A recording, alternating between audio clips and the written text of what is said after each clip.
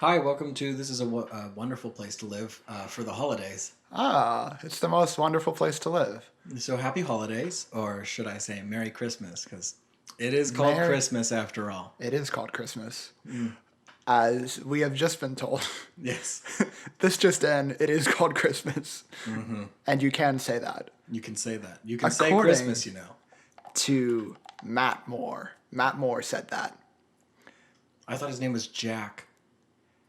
No, the actor is named Matt Moore. Oh, okay, gotcha. That makes more sense. It makes more sense. I'm sorry. All right, well, moving right past that. As you have read in the title, for this episode, we decided to get a little bit festive.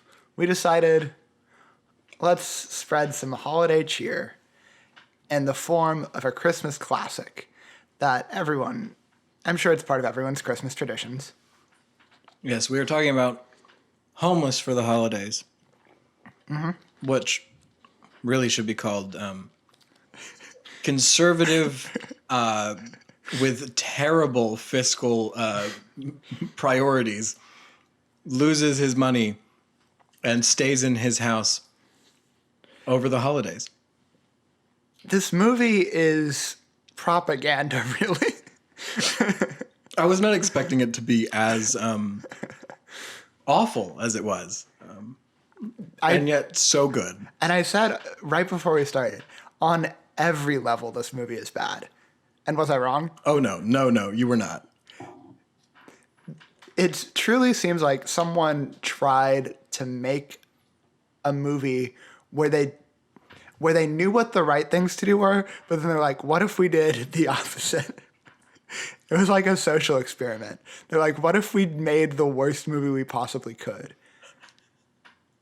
But it never works out as bad when people are intentionally trying to go for like a campy movie. You know what I mean?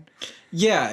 I mean, if they had been going for that, I feel like it would have been less enjoyable and better. But as it is, it's worse and really, really enjoyable. It's 1 in a million. It's a fluke, you know? I do feel like it's important to mention that this movie came out in 2009. And it really, really, really likes to rub in that it came out in 2009. Well, whatever do you mean, John? It doesn't seem like at all that it's a product of its time. Oh no, it doesn't. It doesn't sound. It doesn't seem like it. No. No. It's not like they rub it in your face that the job market is crashing. What? Of course not. Not in this economy. Not in this economy. They couldn't afford to make that joke in this economy. So, yes, this 2009 classic, directed by none other than the famous George A. Johnson. George A. Johnson. George A. Johnson Company.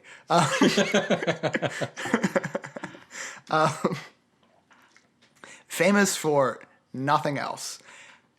He has directed a movie called Thy Neighbor. Don't know what it's about. Another movie, Do You Believe? No. Well, I think it was rhetorical, John. Actually, he's not the director in that. He plays a homeless man in the movie Do You Believe? Oh, I'm sorry. I misspoke. Thank you. Mm-hmm. Two Steps from Hope, which of all of his movies has the best poster, I will say. Yeah, it doesn't look so bad. I mean, I'm sure it is. I'm sure it's terrible, but the poster's not. Whoever they had designed the poster did a fine job. The other ones, posters are atrocious. They're painful to look at. Yes, that's very true. I would log this on my Letterboxd, but I'd have to like see it if I went to my Letterboxd page for a little while, and I don't want to see this poster. That's kind of. Yeah, that's fair. It's a terrible poster. I am going to log it, but that's because I've never seen it before today. So. Yeah.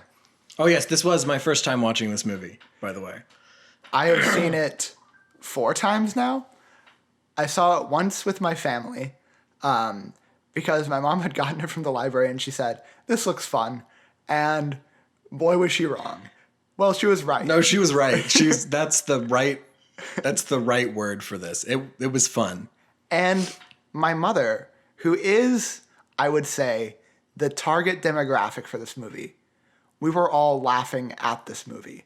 None of us were laughing with it. It was a good family time, and we enjoyed laughing at this movie together. Truly what the holidays are about. Then I watched it a couple more times with other people, and then I watched it today with John. Oh boy. So, as I was doing the research for this episode, and by that I mean going to Wikipedia and IMDb, I started reading about the director, and everything on his IMDb page seems like it was written by him. I am certain that it was. Well, at least the few things I've looked at are credited to him Oh, they are. as the writer. Anyway, okay. On the director on IMDb, it says, George A. Johnson began filmmaking at an unusually young age. As a 3-year-old, he would create stories with toy action figures and act them out, positioning various characters throughout the room.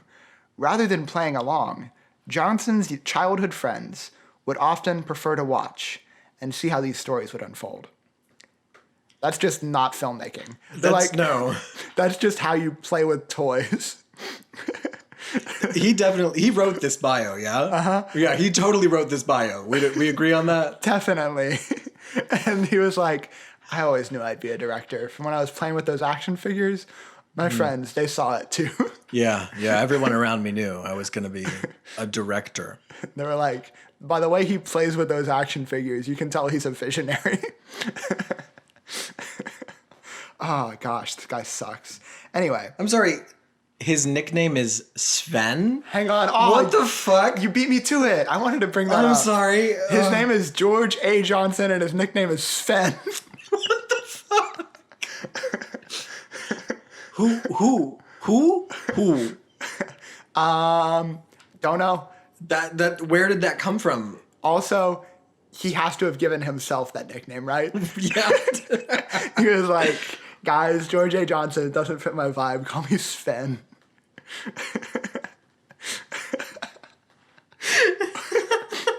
Oh, dude. Imagine, like, if you knew someone who was actually named Sven, I don't think, like, they'd have nicknames and stuff where they wouldn't end up being called Sven. Well, I guess the only Sven I can think of is, like, Sven from Frozen and Sven Johnson. Yeah. Sven Johnson goes by Sven, though, right? Mm-hmm. I don't know. What you made a gasp. What was? Oh no, I saw a title that I thought I recognized, but I did not. Okay. In the trivia about George A. Johnson. Oh boy, so much good stuff. Oh, he wrote these about himself. Oh my gosh. Definitely. He had to have written these. Trivia about George A. Johnson. He said, George A. Johnson is a fan of the Detroit Red Wings and the Fort Wayne Comets. Cool. I don't see that one. Penned his first script at age 7. I think it was this one. He was really concerned about the economy. What does that mean? Penned your first script at age 7? I don't know what they consider a script. Because depending on the definitions, so did I. I mean, playing with action figures is filmmaking. Penning a script is like scribbling. I don't know. I wrote words in a book. They're like, he learned to write. He's just truly a screenwriter.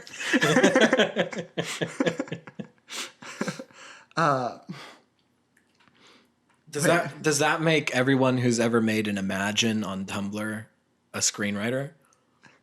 I think so. They wrote scripts. One person says one thing and then the other person says the other. So it's a script. So they're directors now. If you've ever filled out a Mad Libs, you're actually like credited in movies. Whoa. Fun fact. Yeah.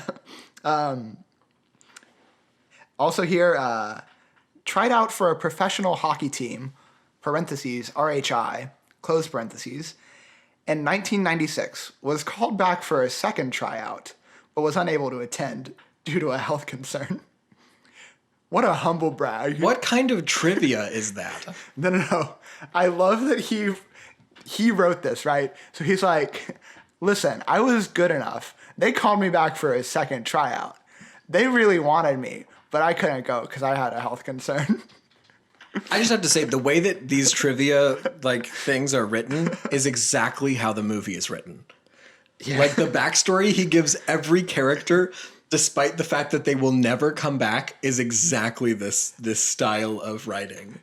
Like the car salesman just giving unnecessary dialogue about.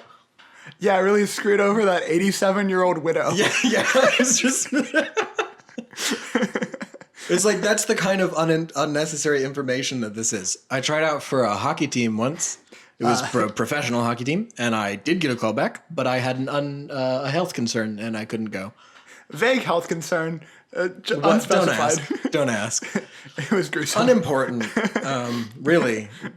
It doesn't matter. But you do need to know that an 83-year-old widow bought a car that didn't start. This one, longest fact I'll say, and he's really bragging here. Started lifting weights at age 17 and excelled quickly. At 18, he was bench pressing 315 pounds and set the school record for shoulder shrug at 615 pounds. At age 19, he was training for the Olympics with 8-time national champion and 3-time Olympian Fred Lowe. He later gave up weightlifting to make time for family and filmmaking. Okay, but I have seen him. He's the dude in that one scene, right? In the bathroom scene that makes fun of him for wearing a penguin costume. Yes. For no reason at all. He's not buff. He just likes you to know that back in high school, he was setting records.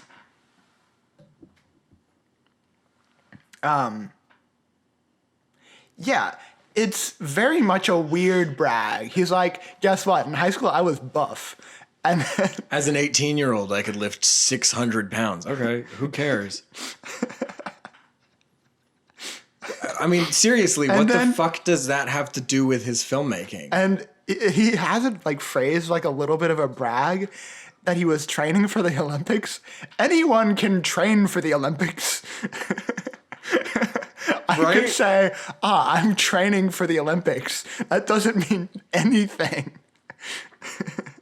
Well, I know people who trained for ice skating in the Olympics, but they didn't even come close to making it.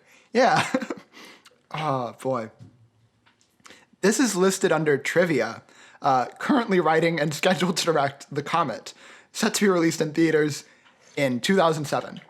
And then in brackets, January 2006. Oh, boy. I would like to make note that that is not on his IMDb history. It was scheduled. Wonder what happened. And it's Comets with a K, which suggests that it has to do with the Fort Wayne Comets, of which he is a fan. What are the Fort Wayne? Oh, yes. Yeah, the team? I don't know. Is that a team? It's in his trivia. I don't know what the Fort Wayne Comets are. Do I look like a comet head? I don't know. I don't know. No. Oh, that's probably what he won for. He directed a Doritos commercial. Yeah, it was a Super Bowl one too. Mm-hmm. That's probably what his award is from. Oh yeah, he won an Emmy.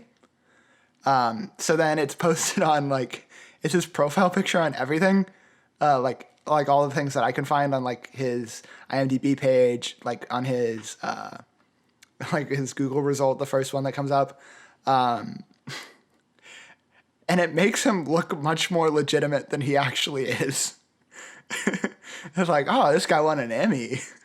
Ooh, bet he's got some good movies under his belt, too. Nope, it was a commercial. We assume. I can't find anywhere that actually says what the award is for. But it's got to be for a commercial because... We don't know that he's won it. Maybe he just held it. Why would he be there at all? They're like, we're going to get George, a Johnson, to present the Emmy this year. They're like, who's that guy? I don't know. He directed a Dorito commercial. I don't know. He's a Johnson.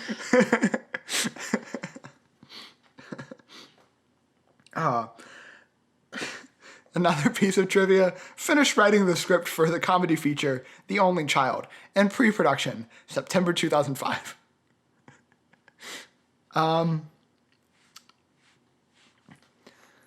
Now, to be fair, IMDb is super easy to edit. I made an IMDb page for the short film that we made called Bob. Bob the short film. Bob.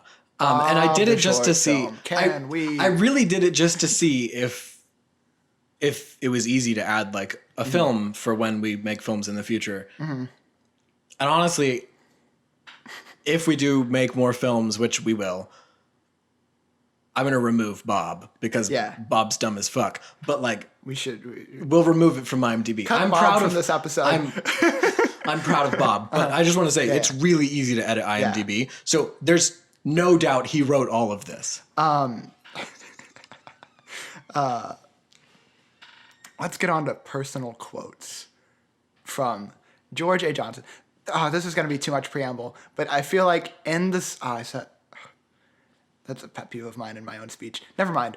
Anyway, in the spirit of him giving too much backstory to everything, we're going to continue give too much backstory to this movie. Yes, please do. Maybe he's like inspired by Tolkien, where like Tolkien's like the world needs to have a backstory for everything that's in it. Okay, but like Tolkien writes a backstory so that he knows what's going on, and then he just gives you the information you need. Yeah, I think Tolkien is what is like that done well, where it's a well fleshed out world and it feels like there's space to it, you know? Like, oh, it's not just these characters, there's a grander thing happening. This is like, they were trying to like, I guess we'll humanize them, say, I don't know, just anything about them. I don't know, it just seems like, if you're writing a story, you're going to have backstory for all of the main characters and maybe even some of the side characters. But there's no reason to know the names of the children of the lady running the food stamps office. It's necessary. Who we don't even get a good close-up of the picture. We don't know her name. Why do we know her kid's name? Well, she doesn't even have a name. Oh, okay. His quotes here are, "Perfect, let's do it again," commonly said after each take on set of Dreamer, the movie. Dreamer, the movie, comes up a lot in his... That's the one I thought that I knew, because I thought it was the DreamWorks movie, Dreamer, which is about a horse, but it's not. It's a different movie. But I love the Dreamer, the movie. Was it like adapted from something? I don't know. But it seems weird to call it that as opposed to Dreamer, the dream, I guess. Don't worry, it all makes sense in my head, said in jest, to put at ease the minds of confused actors on Dreamer, the movie. The fact that the actors were confused. I bet there were a lot of confused actors that have crossed paths with them. We need to watch this movie so that we can figure out why they were confused. This one, he thinks he sounds so smart. I've discovered that boxes do not exist, except those constructed by fearful imaginations. Given the movie that we've just watched, that he wrote, directed, and produced. Boxes do exist. Boxes exist. And he is in one. And he's in a very, very specific box. Almost sheltered, honestly. I like to think that he didn't mean boxes in like a metaphorical sense. He just meant like cardboard boxes.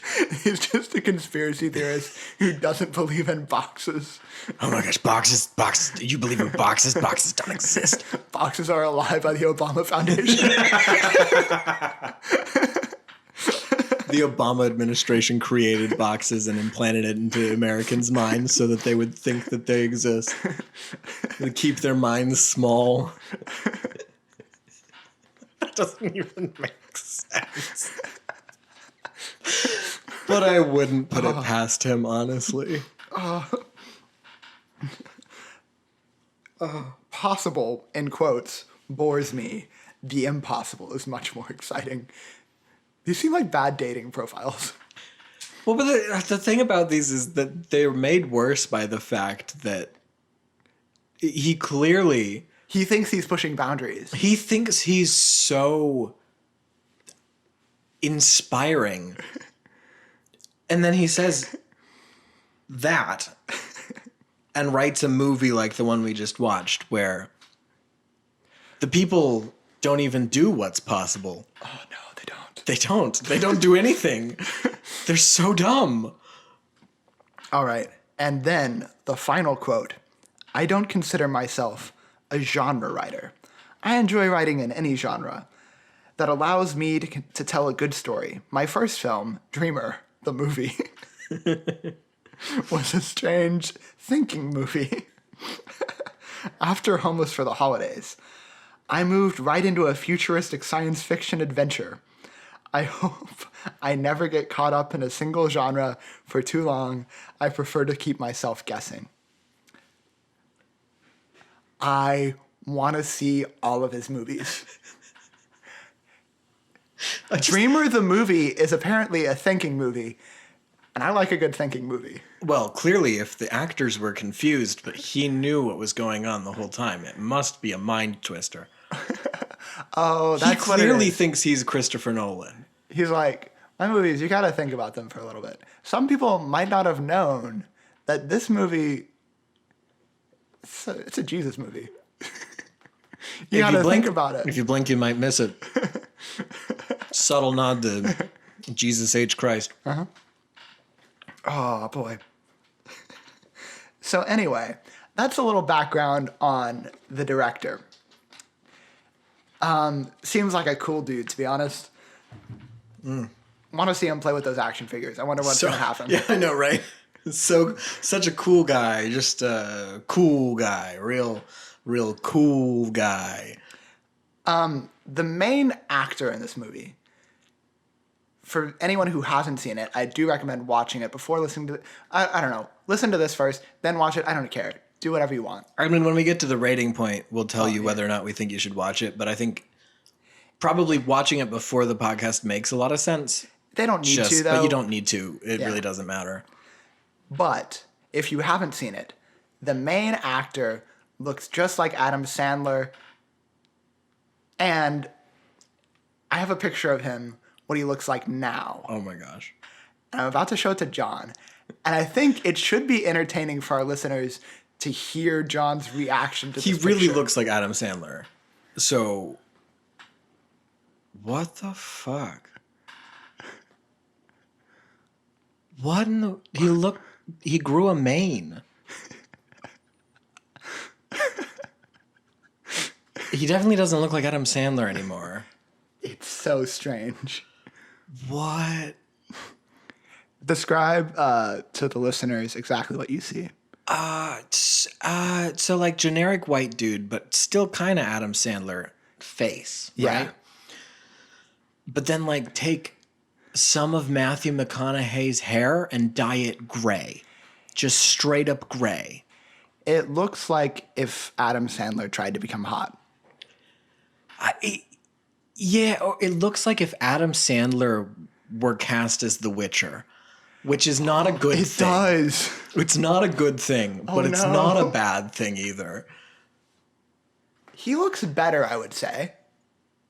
Than he did, yeah. I would agree. It's surprising, though. It's a bit of a glow up, but also not really. It's a glow. It's not a glow up. It's a glow sideways. Horizontally. He has changed. He has changed. That's about all we can say there. He's been in... Okay, so the first two things that he's credited in are Michael Bay's Pearl Harbor and Lost. In Pearl Harbor, he is listed as uncredited goose dude. I'm sure that was a big breakout role for him. He came onto the scene firing on all cylinders as uncredited goose dude in Pearl Harbor, directed by Michael Bay. Then A classic, of course. he went on to the hit show Lost to grace them with his talents. And Who does he play on Lost? he plays two people on Lost, as far as I can tell. Well, he has two separate credits for different episodes, one in 2004, one in 2005. In 2004, he was on the episode All the Best Cowboys Have Daddy Issues. I have not seen the show. I have not either, so this may not be really all that interesting, but we're going to talk about it. Maybe you'll find it interesting, though. Maybe the listeners have seen it. And they'll be like, oh, that guy.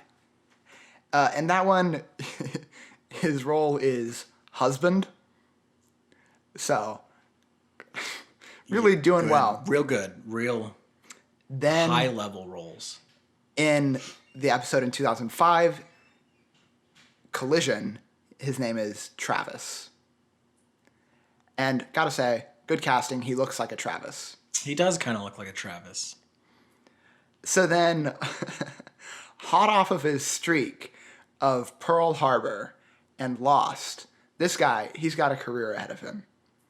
He's booking roles. He hooks up with our man, George, a Johnson, and they make Homeless for the Holidays. The Time Felt classic. Time felt? Yeah. Is that a phrase? Yeah. I've never heard that. All right.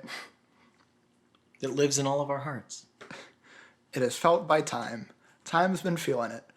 I'll read the little blurb on IMDb about the movie.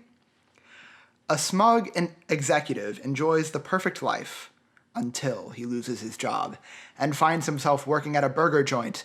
Now he's falling behind on his bills, and if something doesn't change soon, his family could lose everything by Christmas. I don't feel like that's actually the movie's plot, though. That's not really what happens. Well, his family is the victim of his own irresponsibility. It is shocking to me that he wrote this movie and did not think of anything of the fact that he made the character such a moron. Okay. Would you care to guess how much money this movie lost at the box office? Oh my gosh. Was it in theaters? I believe it was released in local theaters in Indiana where it was filmed. Right. How much it lost? You could even guess what the budget of the movie was. That would be interesting. Oh dear. Well, I'm assuming it was not a high budget movie. No. But that doesn't mean a lot to me because sometimes people are stupid and spend a lot of money on shit. The titles that roll before this movie are just things that sound like made-up companies. It's true. They really do. I'm going to guess that it was made for $235,000. Boy, you have overestimated. Oh, gosh. Okay. I'm going to guess that it lost $10,000. Actually, you were being generous there. Okay. It only lost $5,000, but it was made for $5,000? $30,000. $30,000. Okay. I really overestimated how much they spent on this movie. I just assumed that he was as moronic as his characters. I don't know how you could have thought that they had $200,000. They'd have been able to afford good microphones, John. David, you do realize that this is a movie about a guy who's been an executive for 15 years that loses his job and in 3 months loses his house? And something that I have found, the director has said it is loosely based on his own life. Yeah, right. He doesn't know how food stamps work. This is a true story, John. This is what he went through.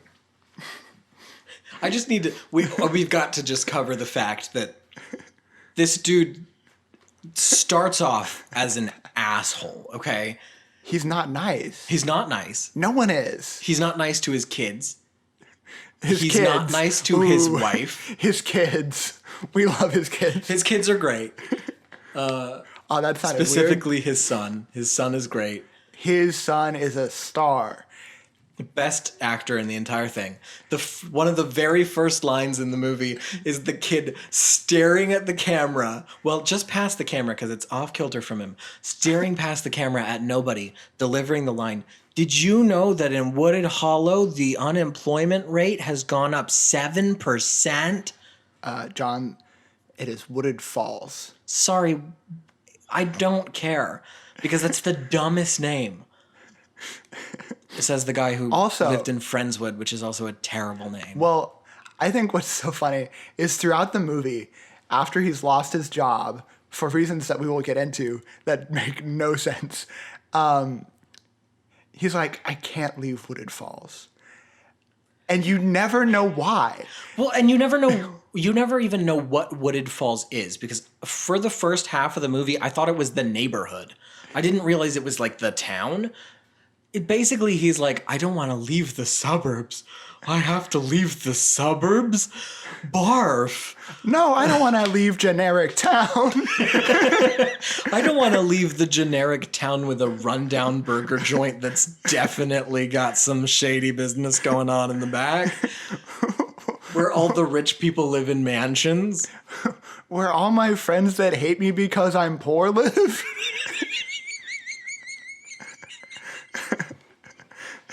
This guy definitely projected like how he would have treated someone in this situation onto the characters around them. Because there's no way that this is based on people that he dealt with when he was going through something like this. Because that's not how people act. That's not how real people act. No one in this movie has a shred of empathy until they're making the point at the end. Well, that guy's not even real. No, I meant like the girl. Oh, the girl. Well, I found another piece of trivia about the movie. We need to explain to the audience that eventually in the movie, after he's lost his job and just decided not to search for a new one for 3 months because he hates his family, I guess. I don't know. because he's stupid. And his wife was like, I could renew my teaching license. He's like, no, don't do that. I'll have my job back by then.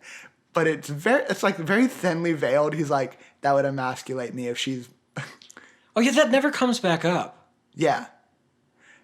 He's just like, no, don't have a job. And then she's like, okay, I won't have a job because you're the man. And then Yeah. it's gone. It's done. It's over. Never comes back up. He treats her horribly. Well, here's the other thing I don't understand, right? So he loses his job and he doesn't want to go to the other company because he doesn't want to move, right? Yes. But he's also working at a burger joint. Uh-huh.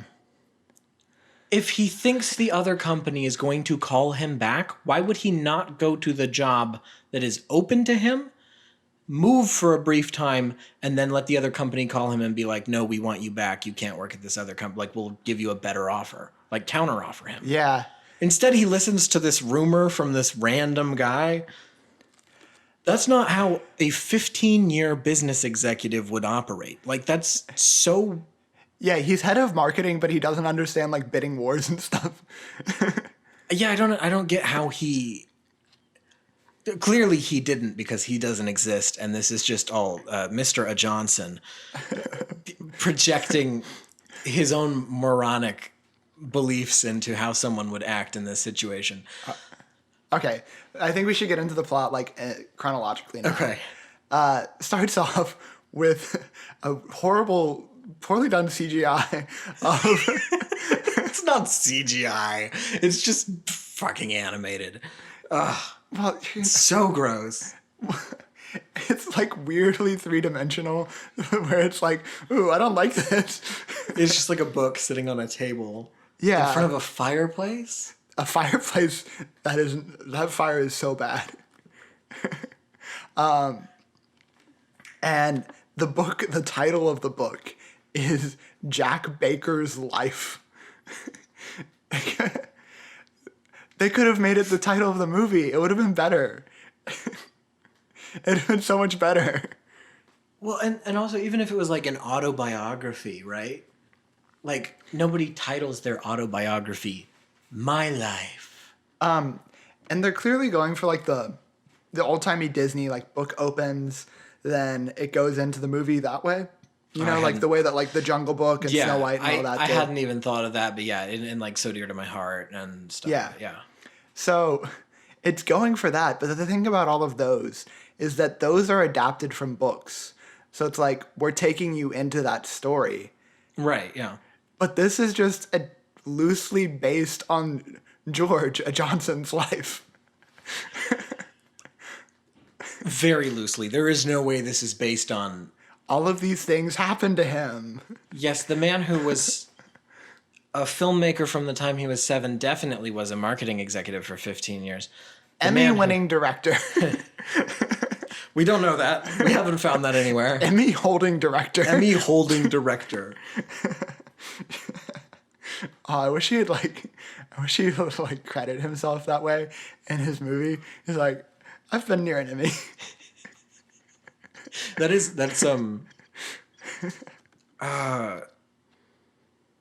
the two college humor writers, Emily and I've forgotten their names. I don't know. That's a joke they make it when they advertise their show is they're Emmy Award holders, and it's just them holding Emmys that they didn't win.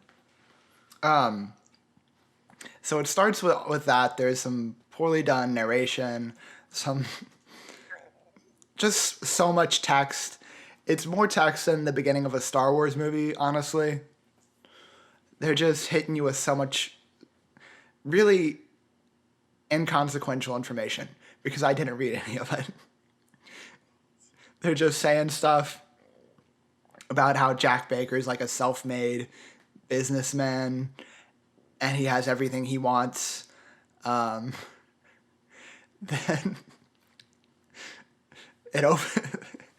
they've got some news going on about how people are unemployed because of the economy, because it's 2009. You know how the economy You know is. how it be. You know the economy. You know the economy. They're going to mention the economy so many fucking times. In this environment, of course. Can you imagine in this economy? Anyway, they've got a newsreel going about it. Most realistic part of the movie, right off the bat. It's downhill from there, you know? Then the star of the movie shows up. The son. The son is a scene stealer. He's sitting there watching the news as a 9-year-old. By himself. It's not like someone else turned it on. This movie does not spare you any time getting into how bad the direction is.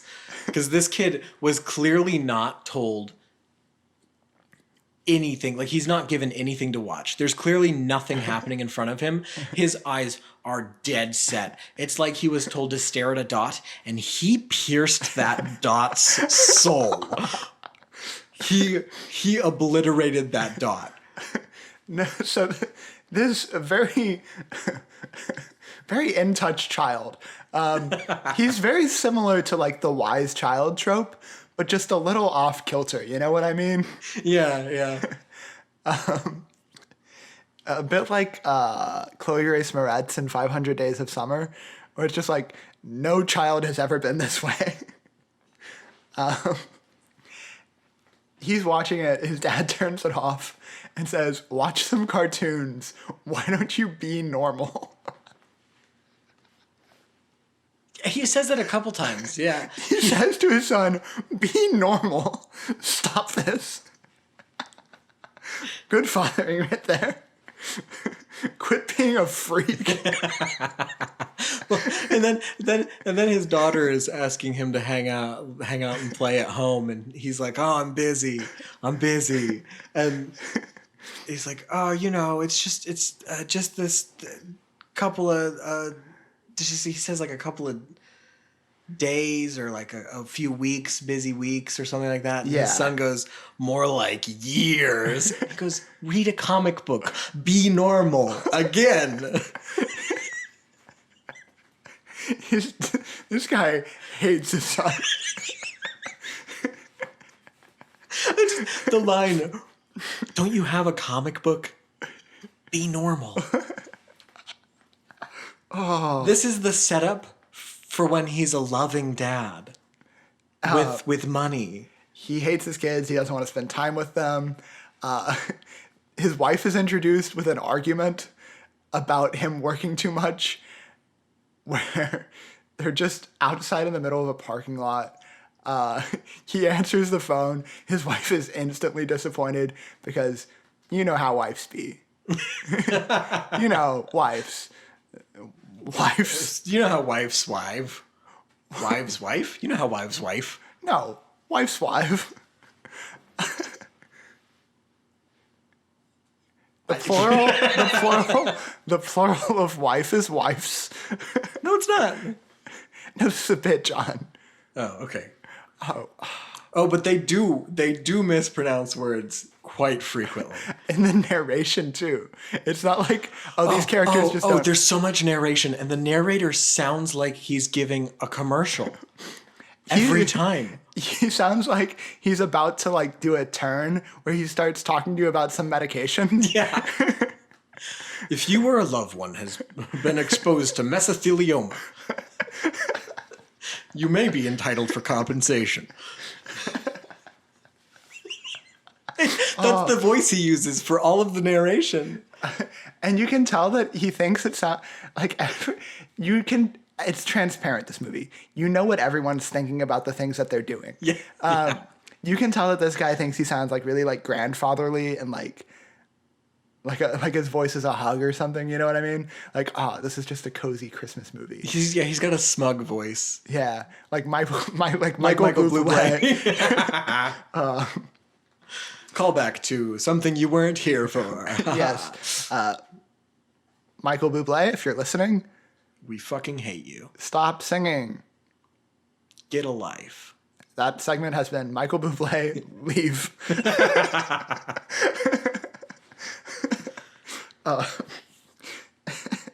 Anyway, this dude has a life. He's got the wife, he's got the kids, and he's very good at his job, as we are led to believe, based on nothing. It cuts to a meeting of him playing the very end of an ad. And it's so poorly edited, too, because it seems like a commercial break in the middle of the movie.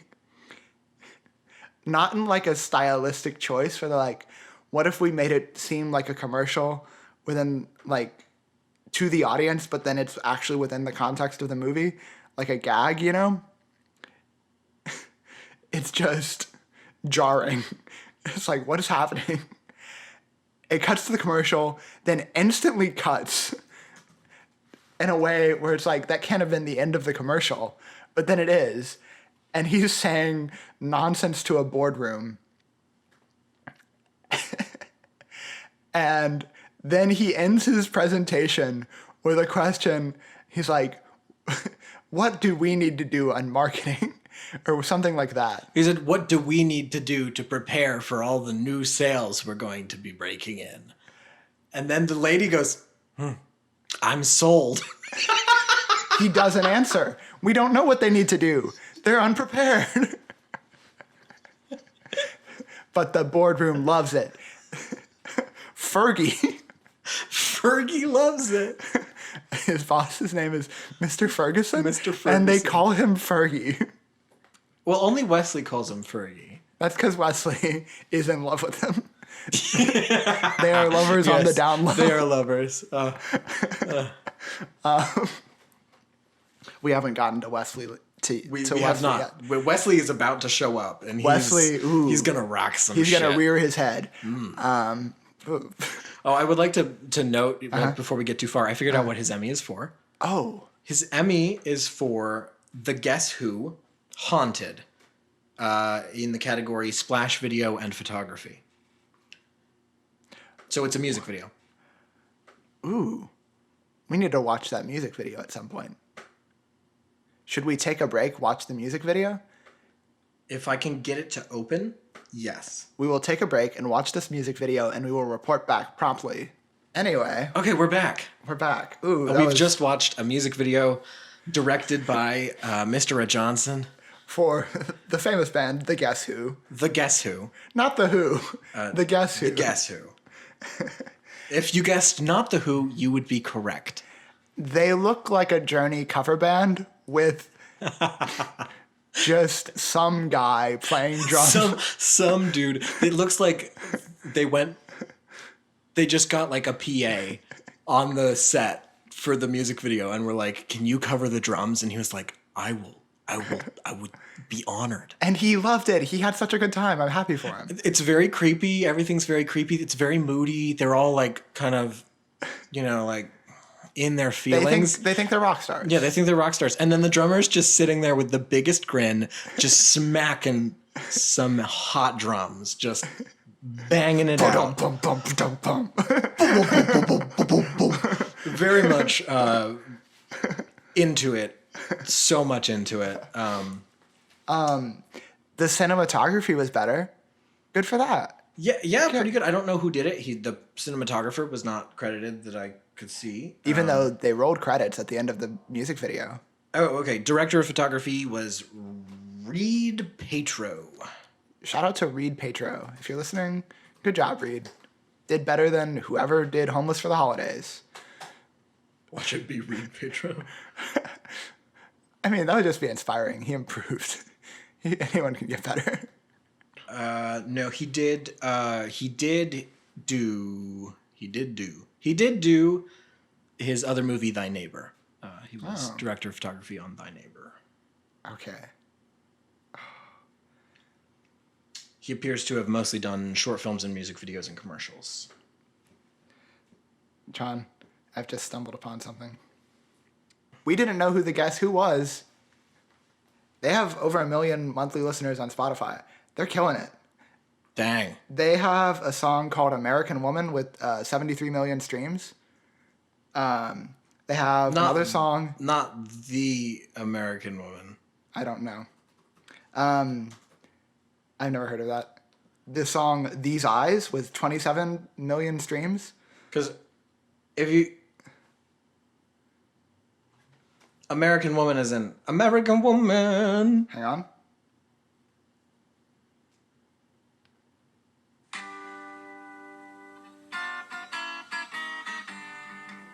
Do you know this? I skipped to the middle. Okay. Came out in 1970. Yeah. I do know this. Okay, well. They play it every 4th of July. They do? Like 6 or 7 times, yes. Anyway. Yeah, she did that. I don't care. Anyway, where were we? He's very, very good at his job. And everyone wants to give him promotions. And he's very smug about it. He's bought his nameplate already.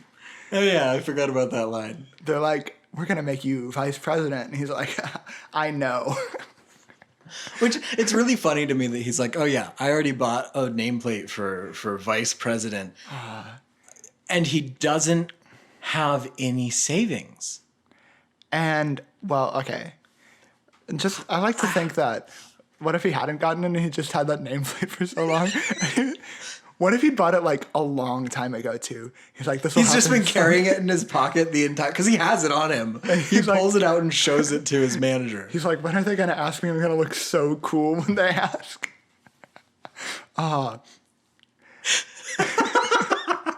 He's had it since they hired him as like an intern for 15 years. That's how long he's worked there, because Fergie has been like a father to him for 15 years. They do not set up that he's been at all like a father to him. As a matter of fact, they set up. So David's referencing the line where his wife says that Fergie's been like a father to him for 15 years. But they don't set that up at all because the only other time she ever mentions him is when she's mad at him for answering a phone call from work. There's only ever backstory on things that don't matter. They don't like establish the relationship of the husband and wife when it's good. They don't establish anything positive between him and his family at all. They don't establish the relationship between him and his boss. There's nothing. They try to establish that they worked their way from the ground up by mentioning it briefly in passing, but like they don't say what they did, and if they had, then you'd feel like they'd know what to do in the situation they're in rather than just sitting on their ass. They don't even set it up so that you like the character. There's not a single character in this movie worth liking. Except the son. The son's great. He's great. Oh, so good. He knows that unemployment has risen 7% in Wooded whatever the fuck it was. Wooded Falls, John. Okay, gotcha. Wooded Forest. I can't do this, John. I'm sorry. You're not taking this film seriously enough. From Emmy-winning director Georgia Johnson.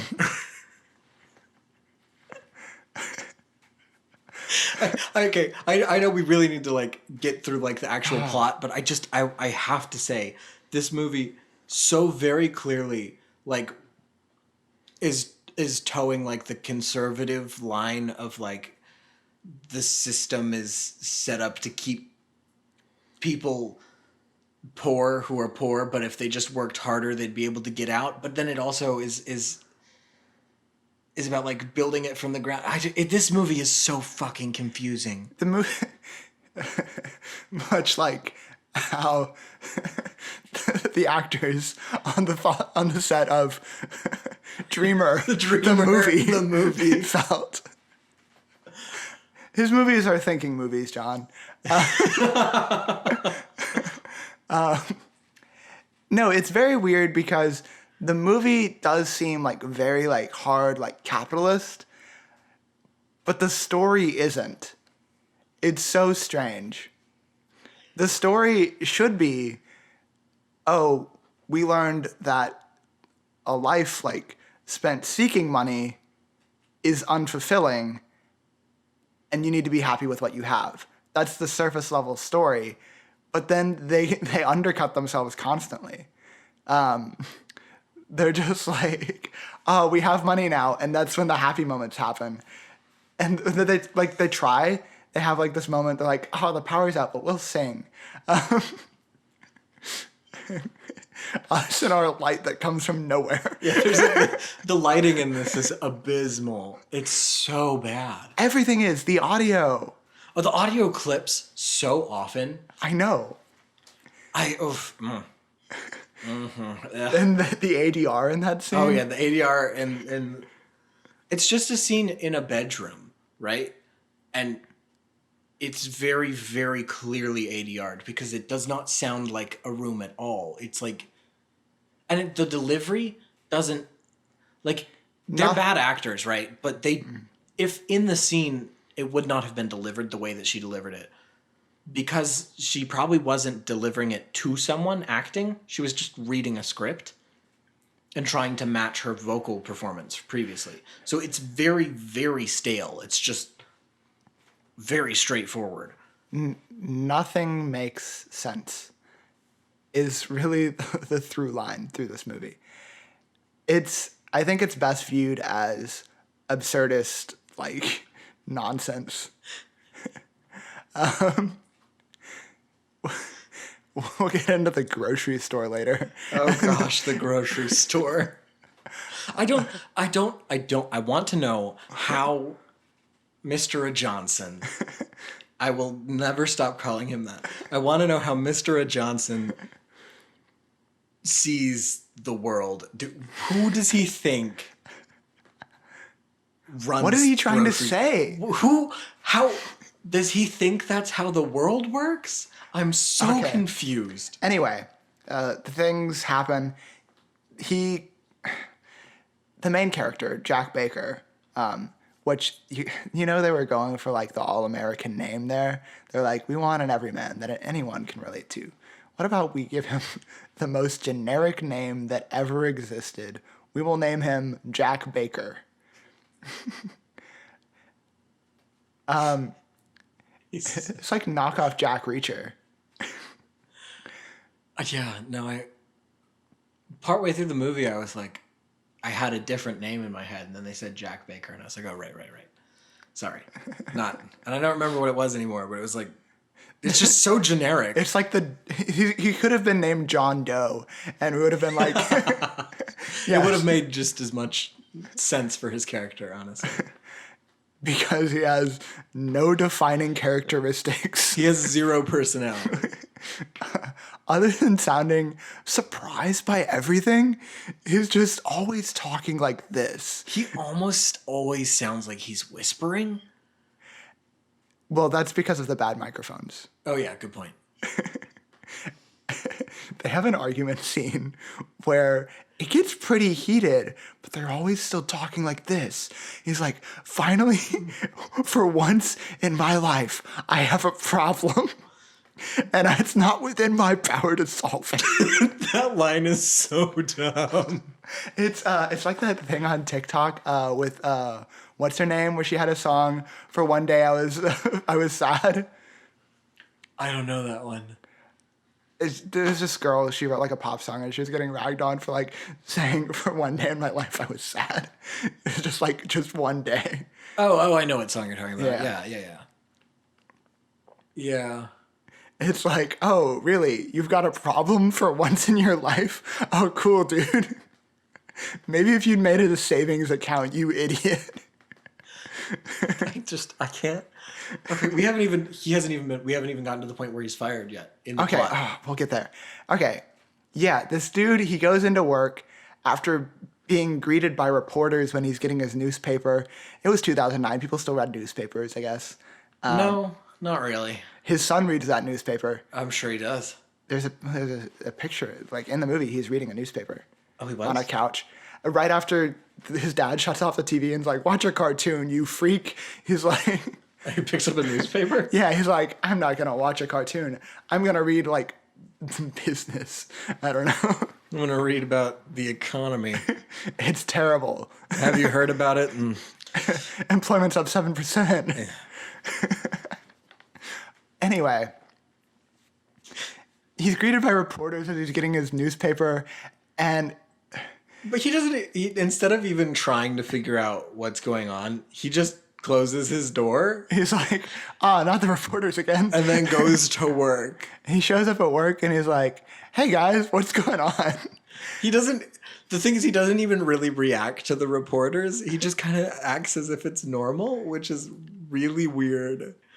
It seems like a dream, you know, where he's not like startled or anything. He's just like vaguely confused. Well, and I thought it was going to be a dream sequence because I was like, there's no way he just walks out his front door and they're like, did you hear that you were part of the unemployment?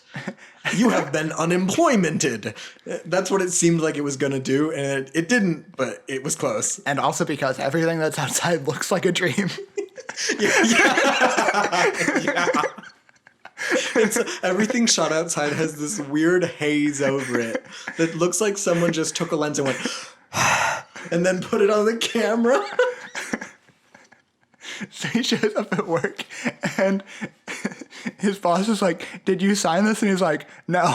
And his boss is like, let me say it again. Did you sign this? And he's like, yes.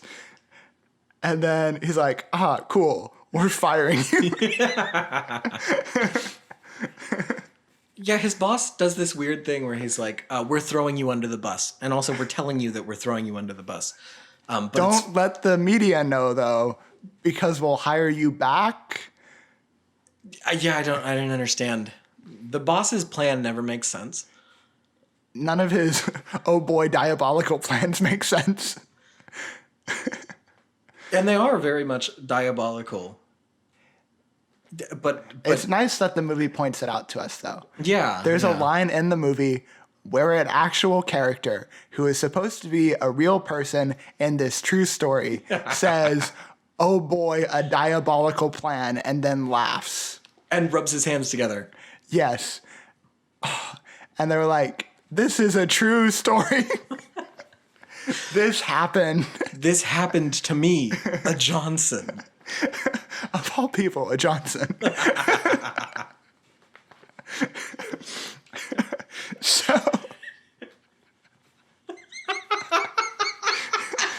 not George, a Johnson.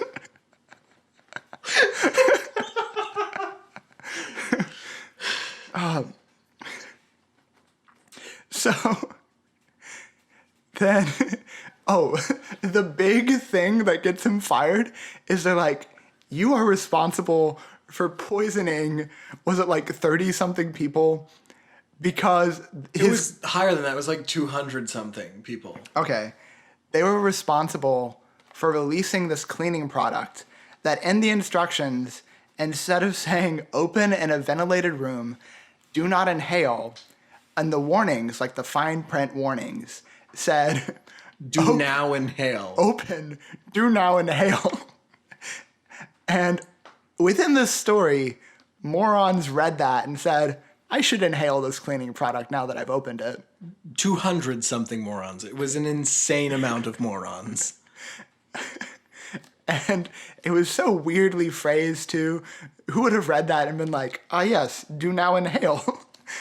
Well, and the thing about that is Now I do inhale. you see that type of misprint on labels all the time, Yeah. but they don't get sued for them. And apparently their cleaning product is so toxic, it killed people. I didn't even think of that. Yeah. It'll certainly kill germs. It might kill your dog too. Be careful. The advertisement. Okay, the craziest thing about this is that I thought it was a beauty product for a large portion of the movie. And you're like, I it was like, opened man. and they inhaled it and they died. The advertisements for this product should be nothing survives beautiful blue. Beautiful blue with a W in beautiful and a W in blue. Wait, is there a W in beautiful? There was a W in beautiful. That's what I was laughing about. I thought you were laughing at the W in blue. Blue. It's blue like blowing, like I blew on something. BLEW. Oh, I thought it was BLUW. No, Blue. it's BLEW, and beautiful was BEWITFUL. Like it wasn't even beautiful. It was like beautiful, beautiful, Beautiful blue. beautiful blue. This very successful corporation, Beautiful Blue.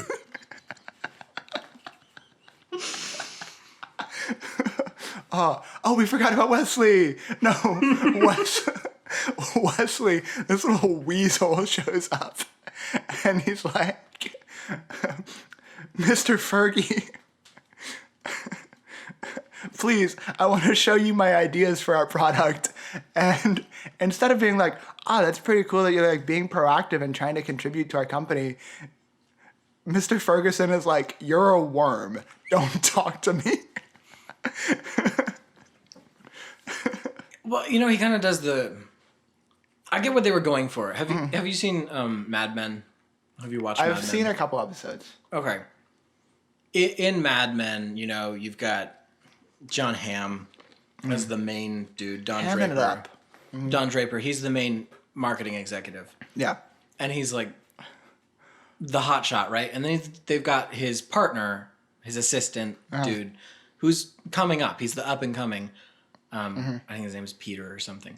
And they do that with him where he like tries to pitch directly to the guy above him, skipping over Don. So I can see that's what they were going for, right? Yeah. But it's so poorly written that it's like some random intern walked up to the CEO and was like, dear sir, dear sir, me, you, I have plans. And then the dude was like, fucking Die. weasel, go die in a hole and never see me again. He says, you have dug yourself a pit that I doubt you will ever climb out of.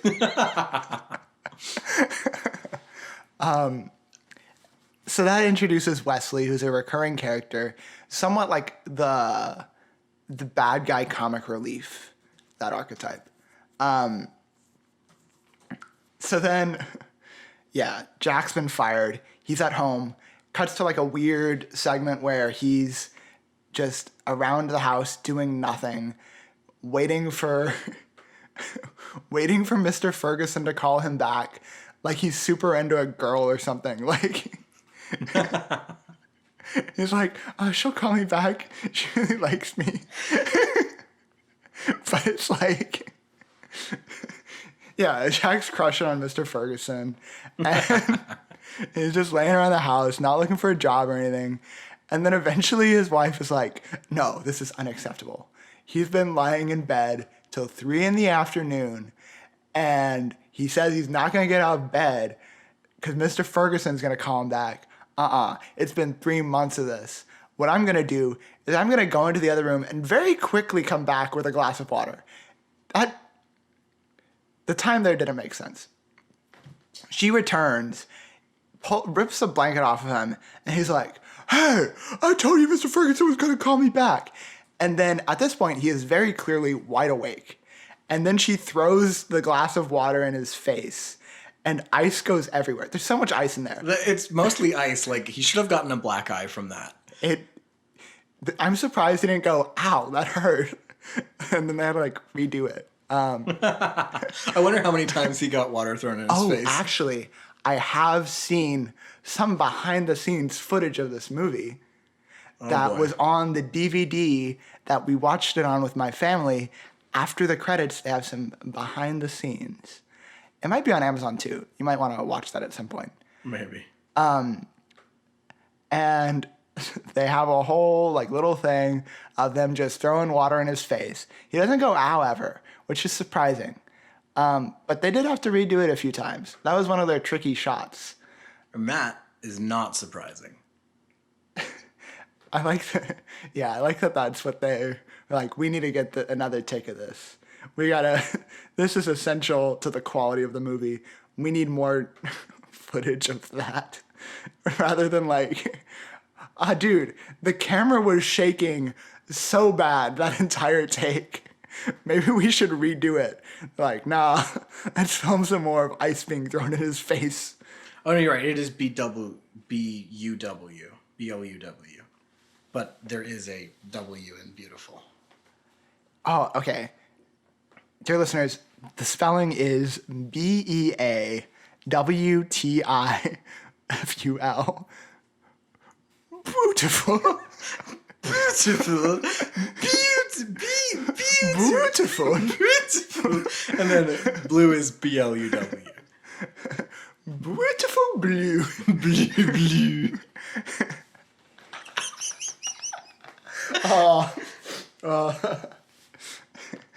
Imagine going to the store and you're like, I need Smythe Anderson products may contain hazardous chemicals.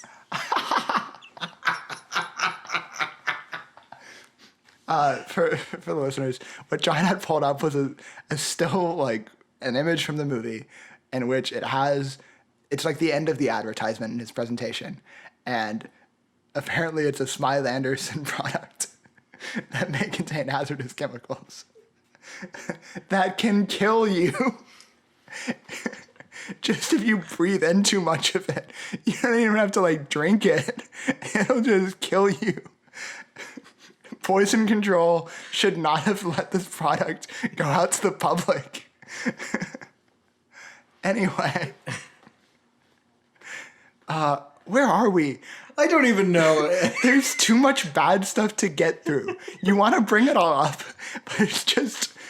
Let's speed run the actual plot. So basically, dude gets fired. He gets fired and he looks for jobs. Doesn't want a new job. For a while, he doesn't want a new job. Right, he doesn't want a job. To the point where like his family's starting to feel the effects of poverty. And then... Poverty. Yeah, they live in a house. They never leave their house. They have a grand piano. Yeah. They get a bunch of calls from debt collectors all the time. Yeah. That's about the worst of their troubles for a while. Yeah, and his wife's like, hey, maybe I should like renew my teaching license and I'll go get some money for the family. And he's like, you're a woman. Basically, yeah. Nope. Stay home, you wench. It does kind of feel like that. What are you doing out of the kitchen? Anyway. So his wife's like, okay, cool, guess not. Guess we'll be poor. Guess we'll get the power turned off. I won't renew my license. And then he's like, I'll go get a job. There's a whole bunch of weird characters and like a weird techno song playing over it. Oh, yeah. There's a man who really did some horrible stuff, apparently. His name is profanity in schools, they said. Oh, yeah. So he's trying to get a job at a car lot. Uh-huh.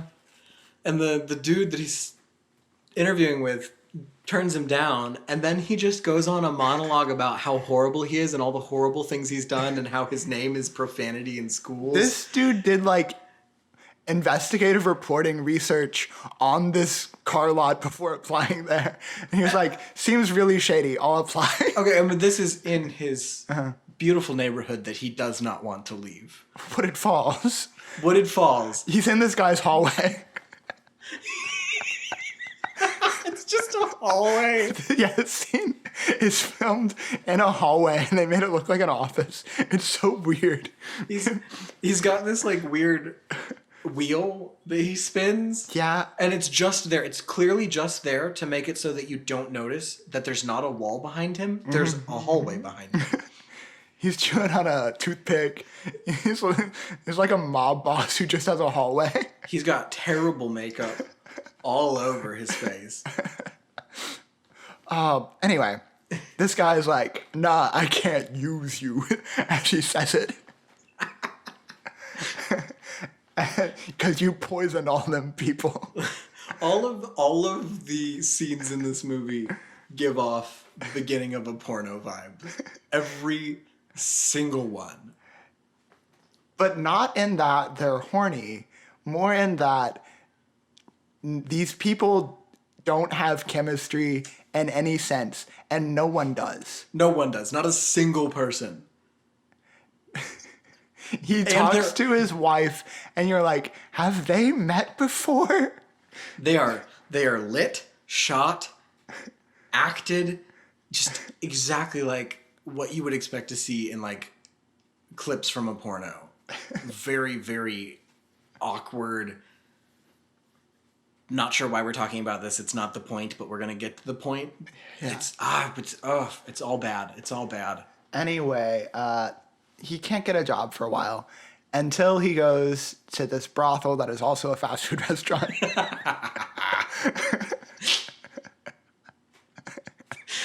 The restaurant is entirely operated by teenage girls that sit around chewing gum on their phones.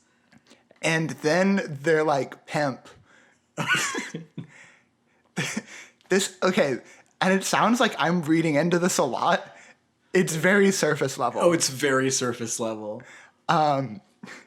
There's this dude who, okay, Jack Baker, our hero, goes up to the counter and he's like, hey, I need a job. I applied a while ago. Wondering if you'd made a decision. And the manager there, he's like, no. And then he looks off screen. He says something about beautiful women. No. He gets to that later. It's like one of the first things he says before he looks off screen. Oh, well, okay. Anyway, there's a whole thing, but then like they look off screen, supposedly because they're gawking at like the girls that work there. Not supposedly. It's implied. Anyway. Then eventually, Jack Baker's like, yeah, why can't I work here? When the manager says, listen, you're not my type. And then he cuts to all of the girls that work there, and they don't look at all similar. So his type just being women generally. Oh, what he said is, because I'm looking with subtitles. I'm just kind of scrolling through. Okay. He asks if he's reached a decision yet, and he says, I haven't found the right person, but I'll know when I see her. And then he looks what it over is. at the 3 girls sitting at the register. But we don't see them. It's really weirdly done. We don't see them. It doesn't pan to them. He just looks off and kind of like does an up and down like double take. Which he's constantly doing anytime he's on screen. He's just always checking someone out. It's so weird. Why is this in this movie? It doesn't serve any purpose. I think what happened was George Johnson, sorry. I nearly slipped up and called him something that is not his name. Was like, this movie needs some sex appeal. He's like, how are we gonna get it in there? He's like, what if we make this fast food restaurant a front for a prostitution ring? But don't explain it at all. And then everyone that gave him his $30,000 was like, yes, good idea. So anyway, Jack Baker. I just thought I'd remind you of this dude's face. Jack Baker's like, all right, listen, I'll work for you for free for a while. And if you like my work, you can keep me on. And then the manager's like, you should be in marketing. That's a good idea. That's not how labor laws work. Yeah. So it's not actually a good idea. That's how you get in trouble with the IRS. Georgia Johnson doesn't know how anything works in real life. Very clearly not. Because he starts working at this restaurant and the dude makes him wear this penguin costume. And people make fun of him for wearing a penguin costume. When he works at a fast food restaurant. In like the most ridiculous ways possible. Like, the director shows up. He has his M. Night Shyamalan moment. Where he shoves paper towel down the front of his costume for no reason. He's like, this should be in the movie because this is something that actually happened to me. This is a real experience that Georgia Johnson, went through. This happened to me not long before I filmed Dreamer, the movie. It was a little bit after I had finished playing with my action figures. I was setting some weightlifting records.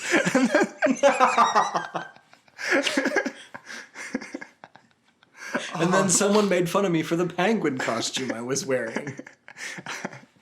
I had just shrugged 615 pounds, and then this dude comes up to me. He's like, why are you wearing a penguin costume? And then he shoves paper towels down me.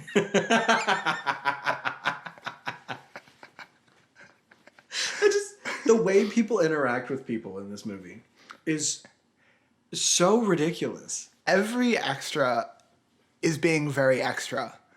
Like, just doing way too much. Either people are doing too much or too little. There's no in between. Well, the main actors are doing way too little. Uh-huh. For most of it. Uh-huh. Except the son. Except for the son. Well, and except for when they've decided that they need to make the biggest facial expression of their careers. Where they go, what? Well, I'll be.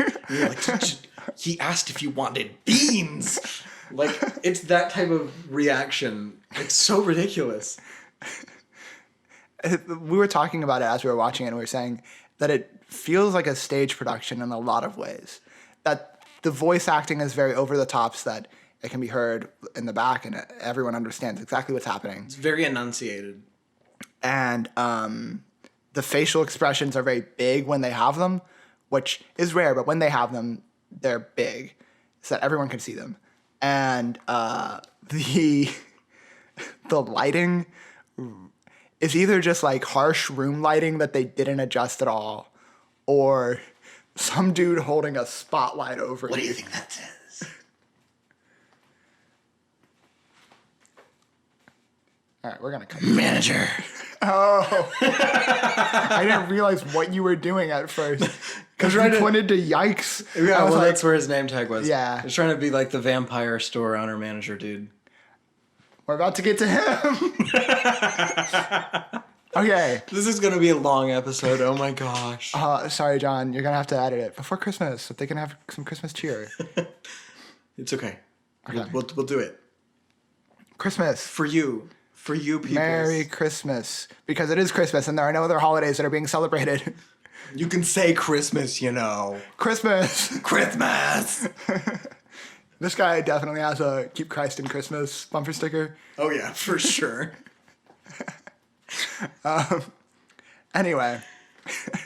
I want to get to the food stamps. I so want to get to the food Hang on. stamps. We'll get to the Please, food stamps. Get us to the food stamps. No, David. No, the grocery store comes first. I know, but no, it doesn't.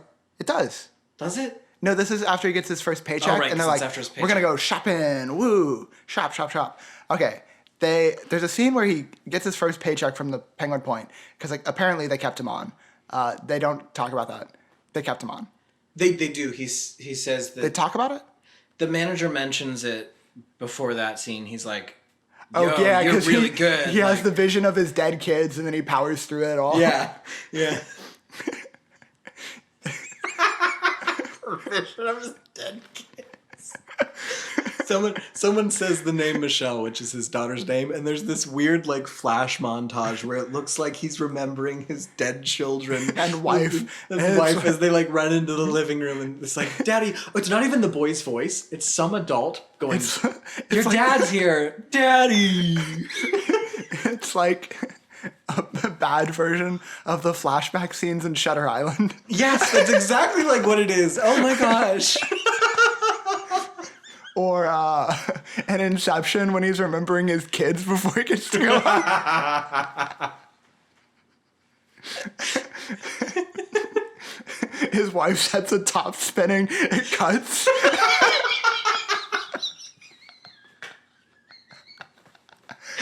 She jumps off a roof.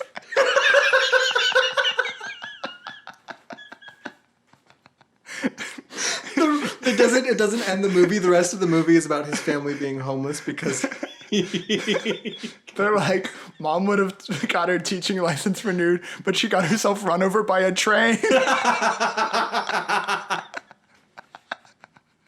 it cuts to credits and it's like Michelle grew up to be a prostitute. At Penguin Point.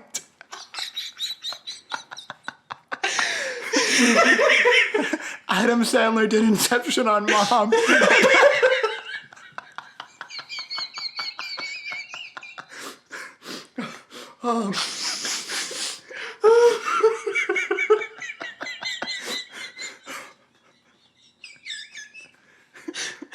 Oh my gosh. There's a scene where the dude says that he wants to use his phone and the guy goes, "Oh, I thought that was just like a chick thing." He's like, phones are for girls. Get out of here. John's coughing up a hairball, y'all. In all my wheezing, I inhaled a strand of hair and then gagged on it. Apologies. Anyway, they're like, we don't have enough money to pay our bills. We're going to go get some shopping done. And they go to the store where there's a distressed employee. This employee is like, "Oh, no, I screwed up. You want to take items off? I need to get the manager for that." And then they're like, "Is the manager like mean to you or something?" And he's like, "No, the manager is a very kind man. He loves small animals and children. He donates to Norwegian refugees." I don't know what he says. It's just like a bunch of That's nonsense. about right. Yeah.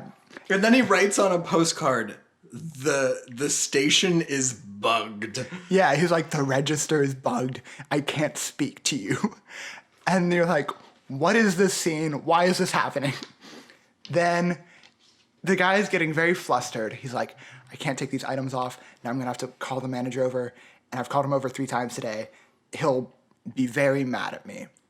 The dude pops out from behind him. Looking like the Goodwill logo.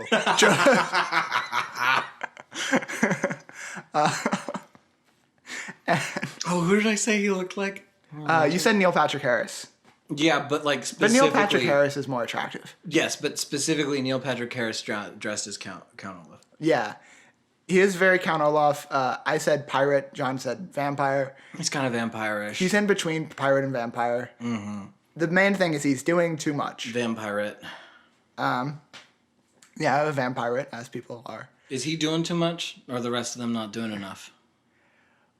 It's hard to tell. In this movie, I couldn't tell.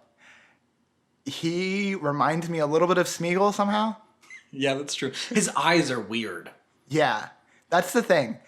I almost made He could have had a career as like an Andy Serkis type actor. I almost made a reference to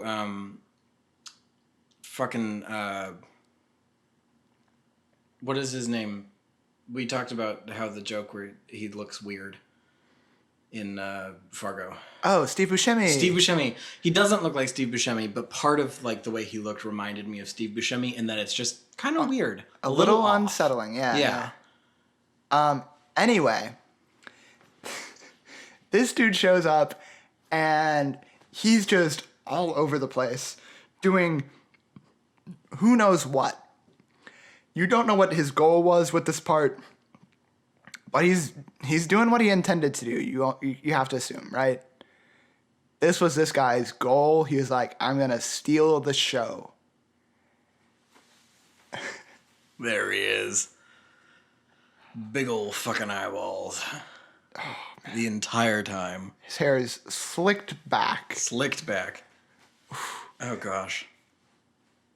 Anyway, this guy shows up and starts taking pictures of them on his flip phone for no reason. And he's talking about how shoplifters Disappear? Yeah, he's like, shoplifters don't get asked to leave at this store.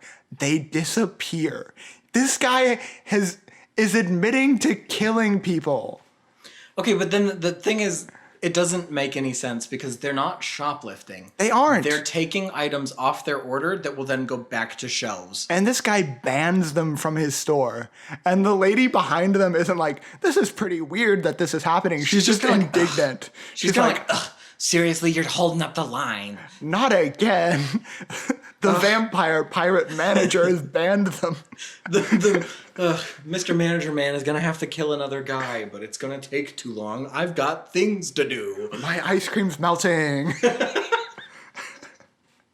The way that the kid running the register is scared of this guy makes you wonder what he has done to him. Why does he work there? Money, obviously. I don't believe this man is paying him.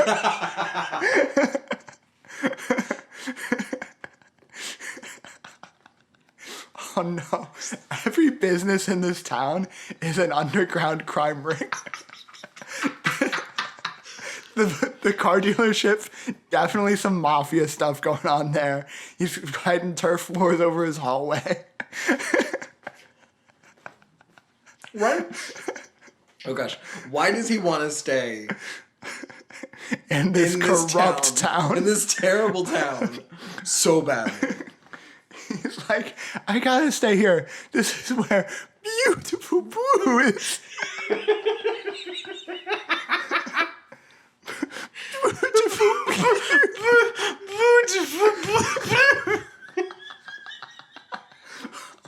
Oh my goodness. This movie is insane. The universe of this movie. The movie itself is just bad. The universe that this movie suggests exists is insane. It's a fever dream. Okay, so anyway, that scene happens for no reason. We're not even halfway through the movie. We're gonna have to skip some stuff. I mean, we'll get to the food stamps. Oh yes, food stamps. Okay. they're trying to like, okay, there's another company that like wants to hire Jack Baker, but like, I can't even say it. Beautiful blue. They're like, we gotta keep him and make sure that what was like Purees doesn't get him. Yeah, Purees, yeah. And they're like, because he'd be desperate enough to move because Wesley saw him at the Penguin Point wearing a penguin costume, and they're like, oh, he'd move. He'd go for this other job, and they're competitors, and they'll make us.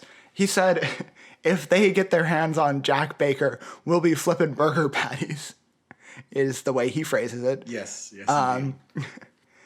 So then there's all this going on in like the background, and Wesley and Fergie are conspiring to keep him in town with their diabolical plan, as Wesley calls it, before cackling. And rubbing his hands together like a villain. At which point, Fergie should have been like, dude, what the hell? Like, leave. Quit being a weirdo. He somehow just instantly throws out that he said he was never going to forget what he did at the beginning of because at the beginning of the movie, he's like, you've dug yourself a hole that I don't think you'll ever get out of. And then like 20 minutes later, he's like, I'll promote you. I'm going to promote you. And then he says, yes, a diabolical scheme. And rubs his hands together. And the guy's like, that's normal. That's fine. This is fine. Wesley has become his henchman, his little... He's become the Princess Leia and the slave bikini to his Jabba the Hutt.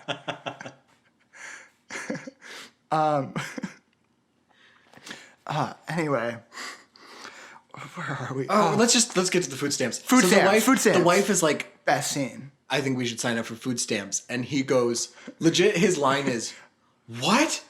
I'm not ready for that. I'm not ready for that.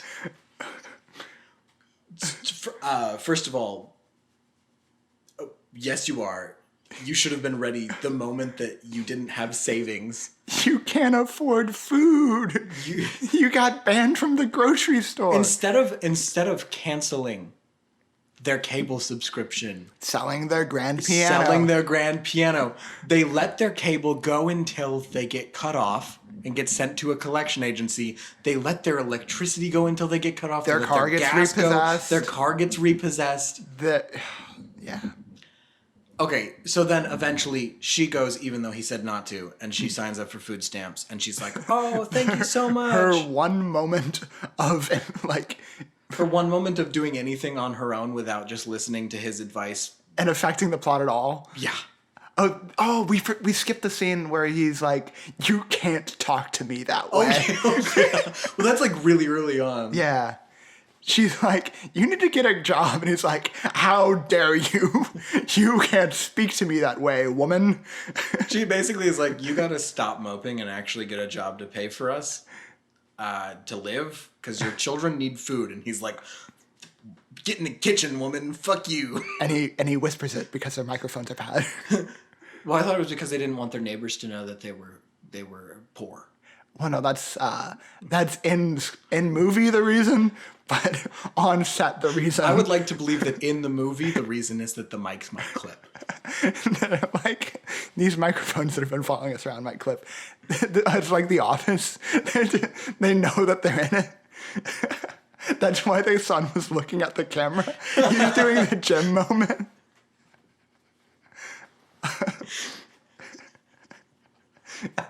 He was like, this unemployment rate, and then he looks at camera. Whips to camera.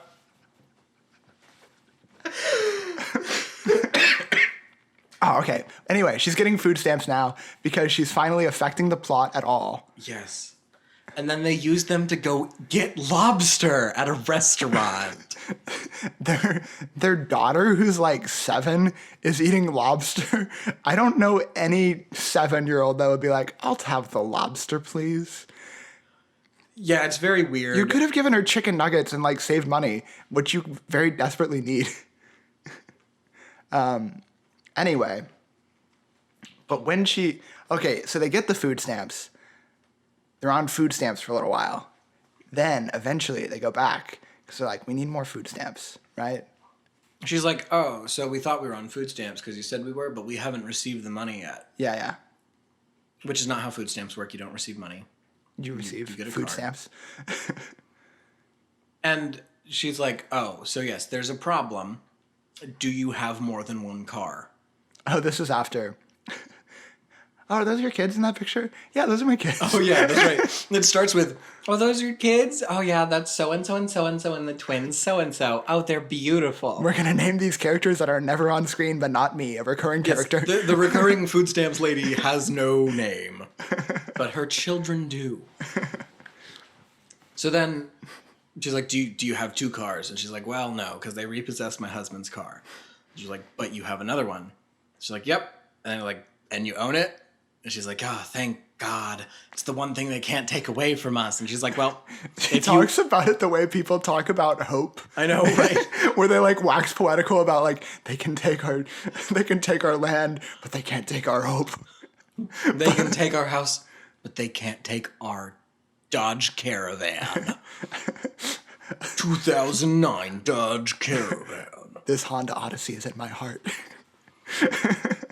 And then she's like, oh, well, if you have a net worth of over $1,000, you don't qualify for food stamps at all, which is not how food stamps work. It's blatantly false. And any like adult should know that. Anybody who's ever even looked into the concept of food stamps, Known someone who has had food stamps, which a typical person would. Like, any person would, right? Unless you're like it's weird to me that there would be people who have not used food stamps. Mm-hmm. Because even living like middle class most of my life, although in Texas we were always lower middle class, just barely, because Texas middle class is higher than some other places. Yeah. Because of the cost of living. But we still used food stamps sometimes growing up. Like, not a lot. Yeah. But there were times where we did that, and we did previously. Because, like, any normal person has experienced food stamps enough to know that that's not how they work. If you have a net worth of under $1,000, at that point, you should be on the street, basically. And if you have a net worth of under $1,000, $400 for groceries is insane. That does nothing. Yeah. Because you don't have a place to live. You don't have a place to put the groceries that you're buying. You don't have a way to get to the groceries to buy them, much less to the place to get the food stamps. That's not how food stamps work. You can't have a card to get to the groceries that we will help you buy. Which is her point. Then she rants about, she has this, it's her moment where she rants about how the system is corrupt and it's made to push people down and keep them in poverty. When we say that the system helps people, hardworking people make their way up in life, but when it pushes them down, it's honestly kind of beautiful if it were at all true. Screenwriter Georgia Johnson cracked his knuckles and was like, I'm about to go off. I'm about to go in so hard on impoverished people. And then he just says some stuff, and you're like, whoa, this economy. In this economy? Yikes. And it's kind of like the thesis of the movie almost, until they like tack on like a Jesus meaning at the end. Honestly, the Jesus meaning was less of the point of the movie than the conservative. They hit it equally hard. They had like the music swells behind the other one, so it tricked you into thinking that one hit more. But like in actuality, the amount of like time that they spent on the other one, they don't talk about Jesus in any other scene, except the one scene near the climax of the movie where it's like, this is really about Jesus. They talk about the economy from the very first line of the movie until the very end.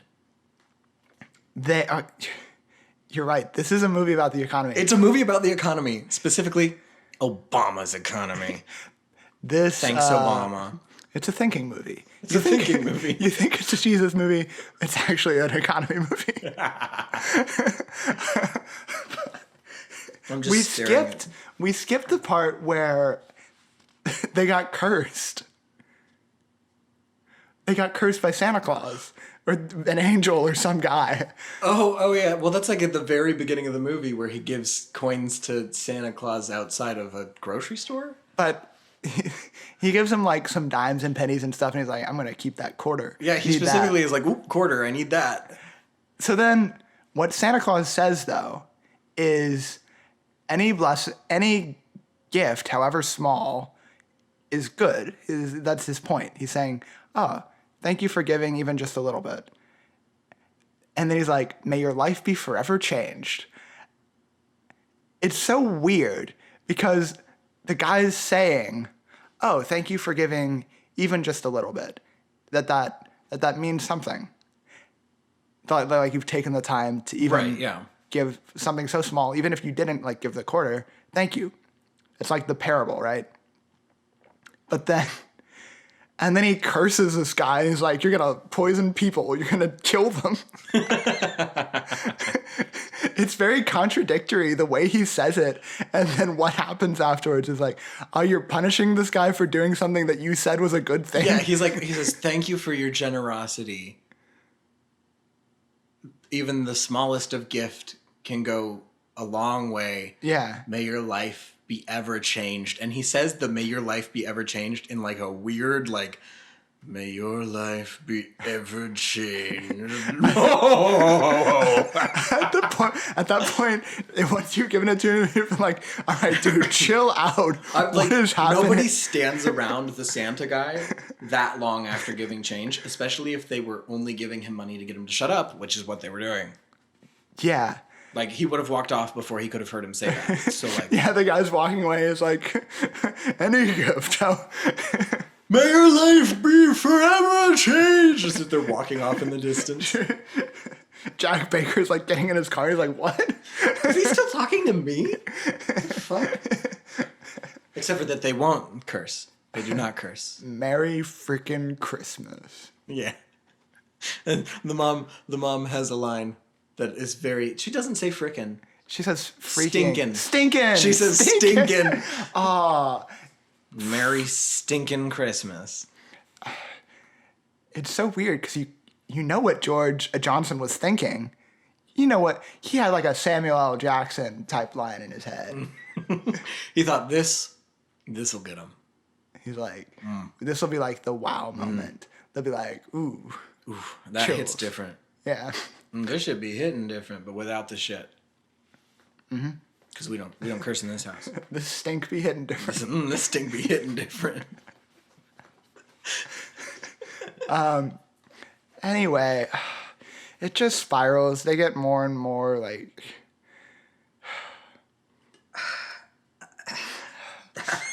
this podcast for the rest of it will just be a series of sighs that convey our thoughts on the movie. And then it was.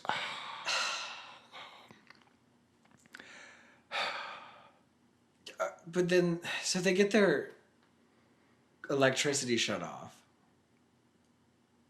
And he goes to the church. Oh, what? You're raising your finger. What is this? Yes. Okay.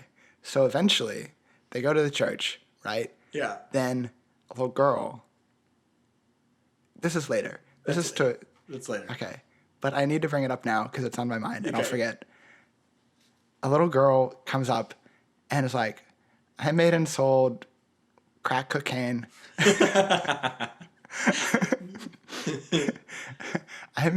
I manufactured methamphetamine.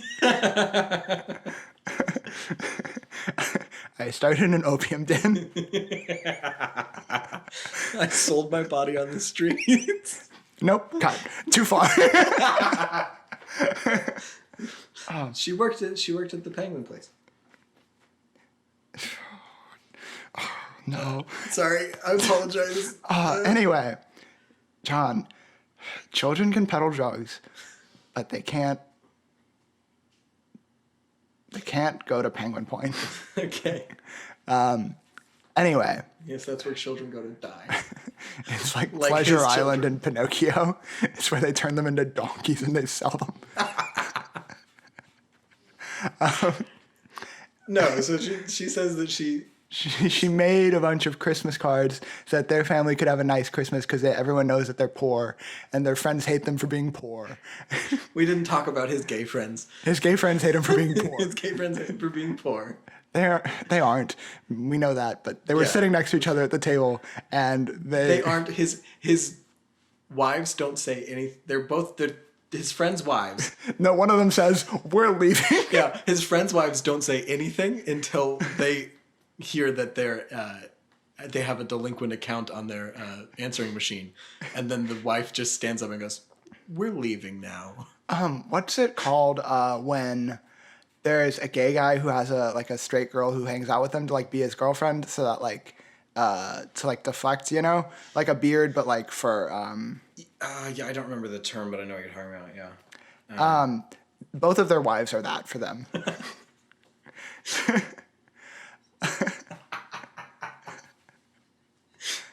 Yeah. Anyway, that's unrelated to the point. Their friends hate them now. You were making a point. Oh, about yeah, the yeah, little okay. girl. I don't remember No, what. okay. So you never got to it. No, you haven't heard it yet. You don't know. I'm gonna hit you with a fact. Oh boy. I found on IMDb. You might have seen this. You might have read it. Didn't see anything about this. Cool. All right. So the girl gives him a fat stack of all the cash she's been raking in from her Christmas cards that she's been making, from the methamphetamine that she's been peddling. Yeah. There's a 20 on the outside, so we know it's big. Big fat wad. Big fat wad. And online, it said, this envelope that is being used to carry the money is the envelope. See what I did there? I switched from envelope to envelope. Congratulations. And We'll never know where you stand on the debate. exactly. I'm a true centrist. I don't. Okay, continue. What about this envelope? Beautiful.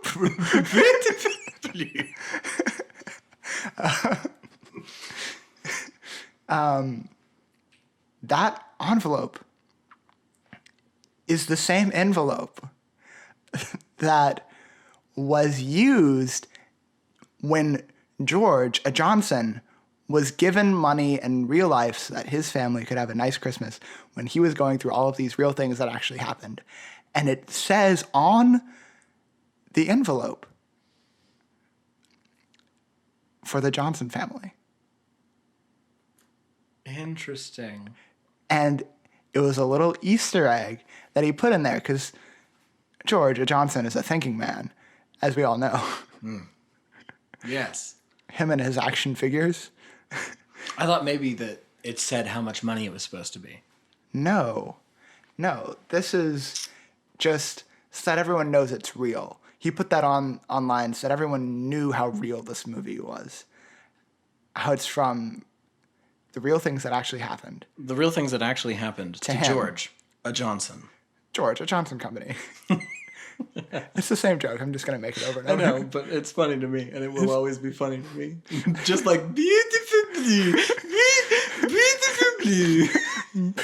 Beautiful blue, a Johnson company.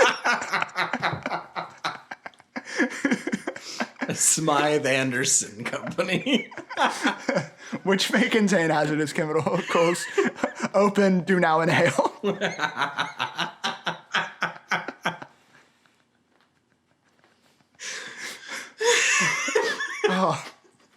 I just want to say, if this is anything close to the actual story of what happened to him, he's a fucking moron, and he needs better friends. Okay, so this is something I feel a little bit weird about this episode because despite the fact that Georgia Johnson is an Emmy-winning director, it still feels like, okay, for other things where like we'll talk and like we'll run our mouths off about like how bad something was, right? Right, yeah. It feels like, okay, no one listens to this. We're punching up, it's fine, right? Like, Right, yeah. but this, despite him being a director who he made $25,000 at the box office, despite he lost $5,000. Right, yeah. But it still feels like punching down.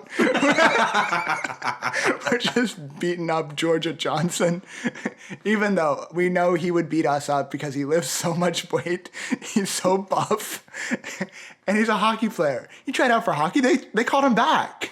We called him back if it weren't for that darn injury. That vague, unspecified injury. It wasn't an injury, it was a health concern. We don't even know that anything was actually wrong. He was at least concerned, though. This Olympic training athlete. I mean, it's not really punching down. The dude got an Emmy for a music video, right? With 2 years band, ago. The Guess Who. They are a famous band. They are a famous band, but it doesn't seem like they should be. Yes. Especially that one guy.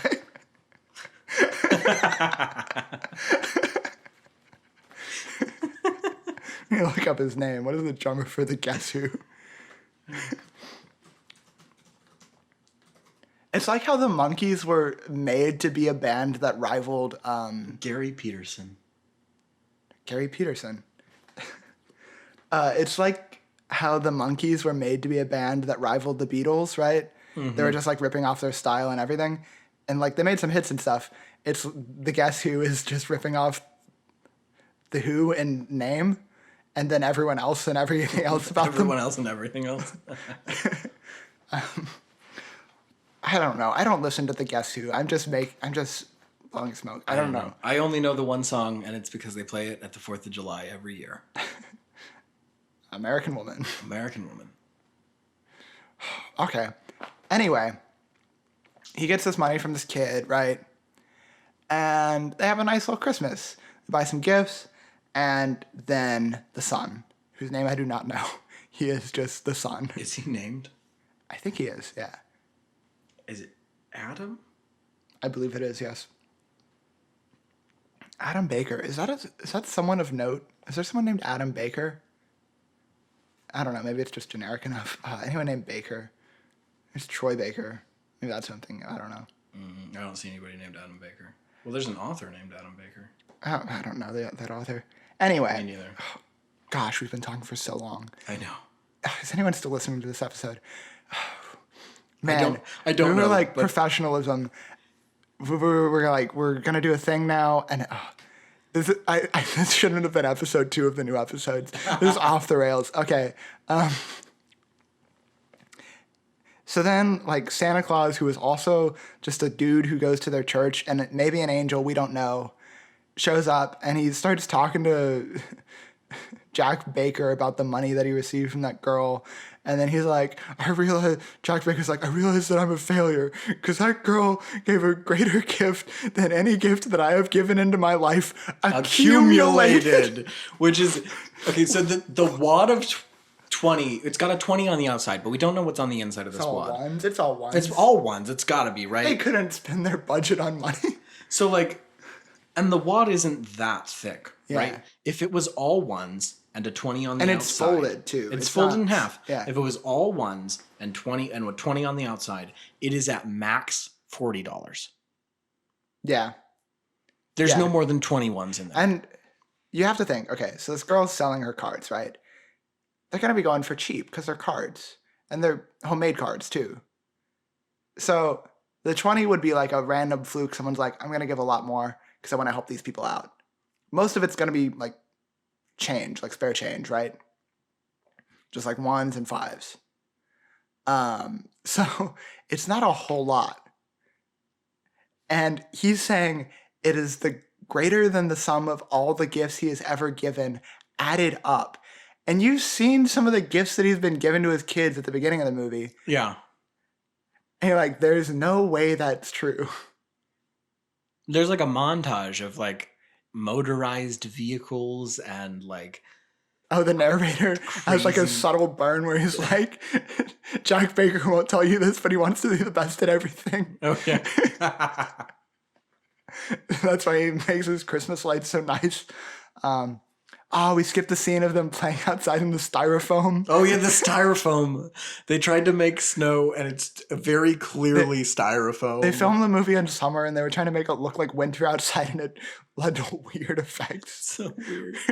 There's just too much to talk about in this movie, really. And it's so insanely bad. And yet, Everything is bad. everything about this movie, it's plot, bad. It's characters, bad. It's directing, bad. It's cinematography, lighting, bad. Sound, editing, everything. Everything about it, bad. Its message, bad.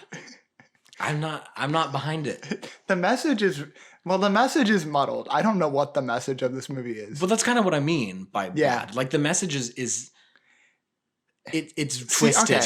See, so then he receives this money and they have a nice Christmas and they decide, we don't need these gifts that we've bought with this money.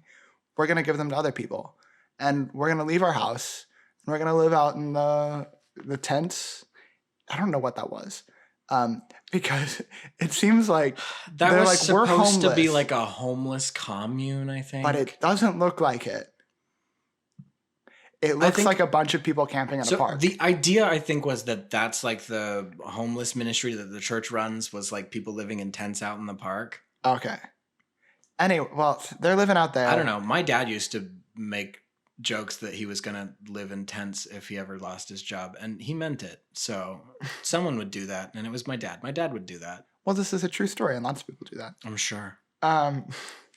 In tents that we could never have afforded, even with my dad working a these are nice high-level tents. job. They were really nice tents. I watched it. I got some tent envy, not going to lie. Well, that is weird. I'm not even joking. Like, we did camping a lot, and my parents did not buy new tents. No, like, and for years. All of these are homeless people.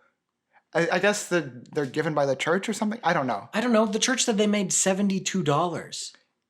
Yeah, in an entire year. There's a throwaway scene about him going there, and they're like, no, the reason we collect money to give to the poor isn't because it gives a lot of money to the poor. It's so that we can teach giving. Ridiculous. I fully think that dude was just skimming money off the top. He's like, I'm lining my pockets. Whoa, we only made $72 this year. Crazy. What? Don't ask about my Mercedes. Flipping stacks. This dude's just like a televangelist. He's like, I have a private jet, but it's Jim Baker. And we're like, hey, Jim Baker.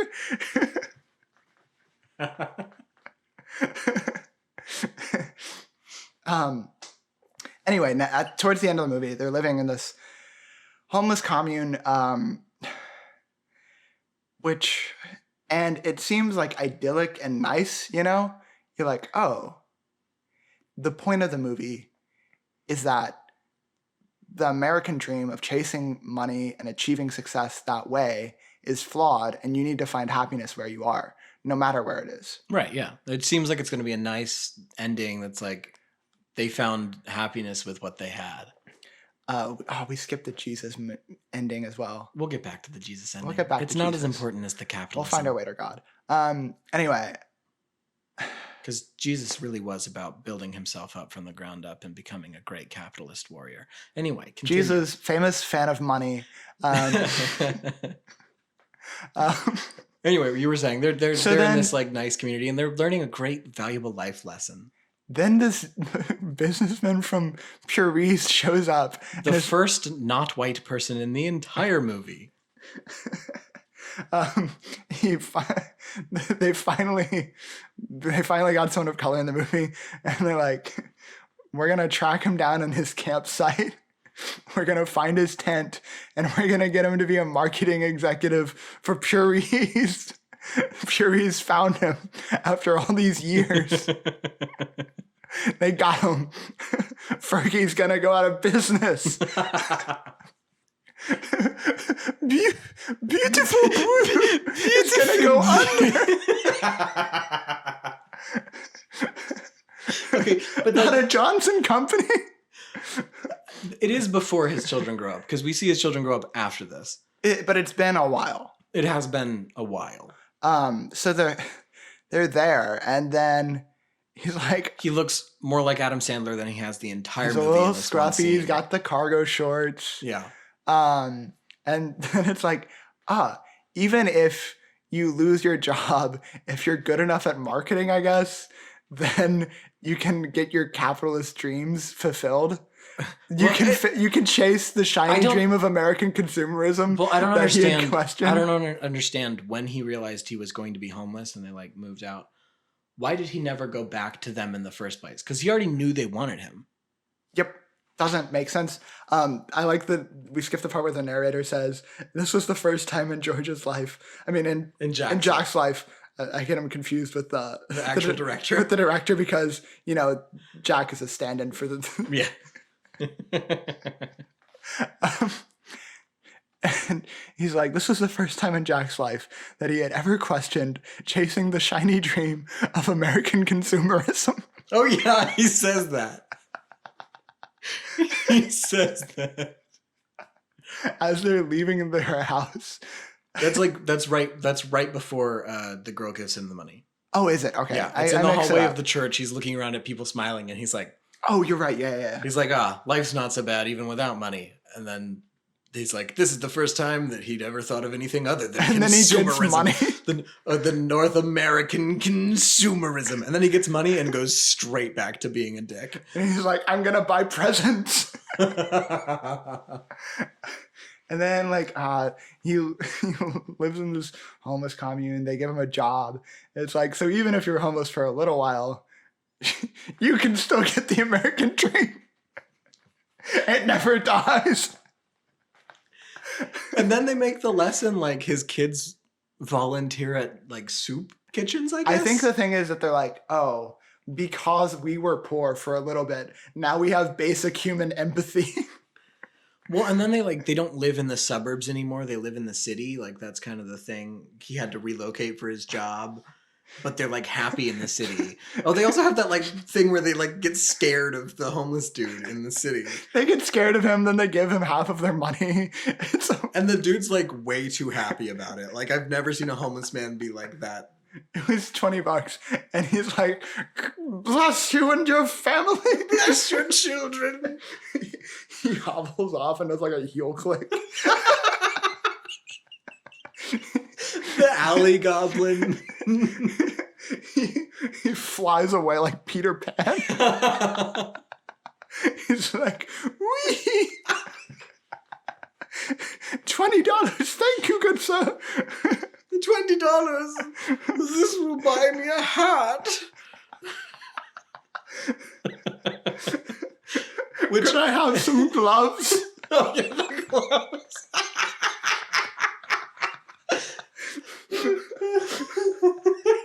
This is going to be incoherent to our listeners. You really have to watch the movie to know what we're talking about. Oh my gosh. The glove is a reference to like, we have to get into the Jesus scene. The Jesus scene. What I was saying, okay, right after he gets the money from the girl, he's talking to the Santa Claus guy that cursed him, who also like goes to their church and has been like stalking them or something. He keeps like talking about things that he shouldn't know about. Like he knows about the dude in the alley, and he knows his name when he's never told him. And like, although really, honestly, he shouldn't be surprised that he knows his name. He's the greeter at their church. So yeah. I didn't get that part. But like the idea is like, it's kind of creepy how much he knows about them. So then this guy starts like lecturing Jack about like, no, Jack, you're not a failure just because you have given no gifts greater than $40. And then Jack is like, show me a winner who has ever let his family... What does he say? He says, who's left them homeless, not for the holidays, at Christmas time is what he says. Homeless at Christmas time. And then the music starts swelling. And then the camera pans. It pans over. Slightly left. And they follow the camera movement, which is so weird because neither of them say anything, but they both look.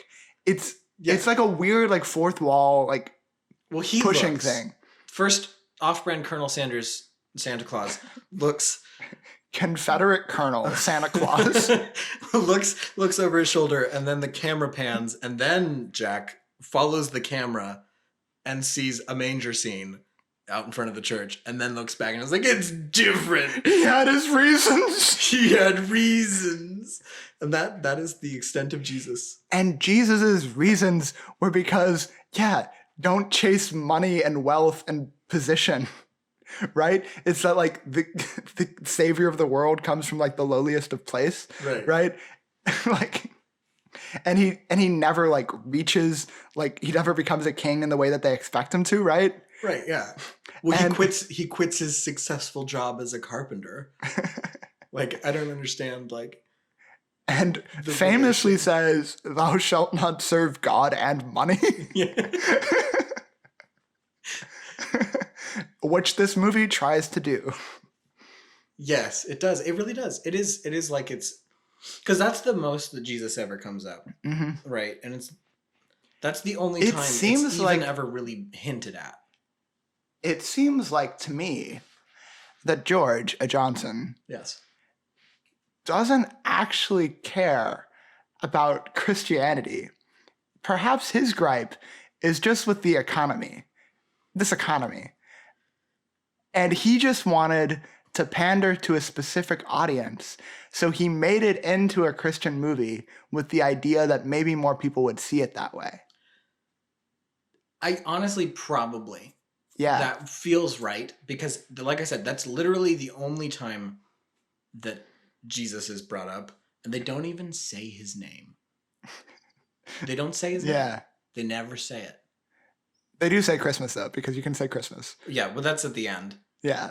Once he becomes no longer poor and has money again, he goes around giving people $100 bills and telling them, you can say Christmas, you know.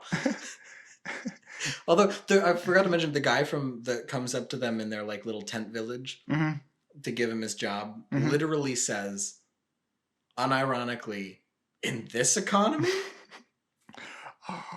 And it's beautiful. It's beautiful. Dude. Oh, okay. So then at this point, at the end, I don't know if I'm moving all over the place. I don't know how well this movie, the reason it's so hard to follow the structure of this film is that this movie bounces around so much. It's hard to figure out where you are in the plot, because they have so many things that don't matter to the actual plot that it's hard to remember where in the story they landed. Yeah, like the grocery store scene could have landed anywhere. Yeah, literally anywhere.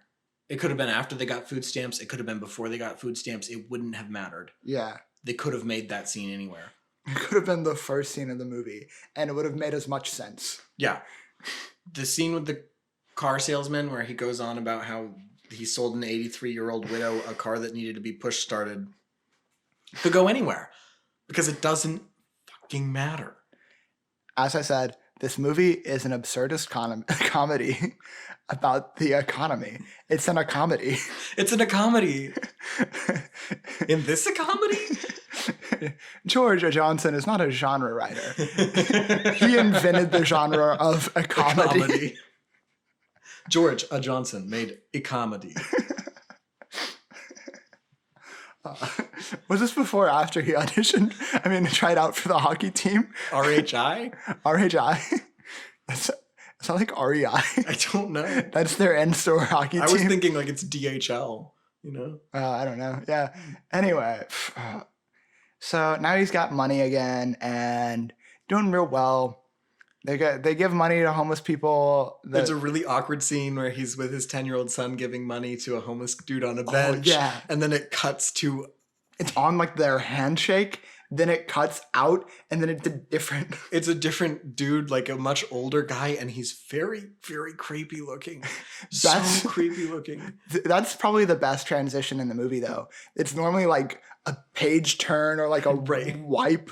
Just like there's do one like scene, a cross dissolve or something. There's one scene where it pans up to the roof of their house, and it's just looking at the ceiling of their house. It's just a regular ceiling for about half a second, and then it just cuts to, it doesn't pan up to something else. It just cuts to their house outside. They're like, we're gonna.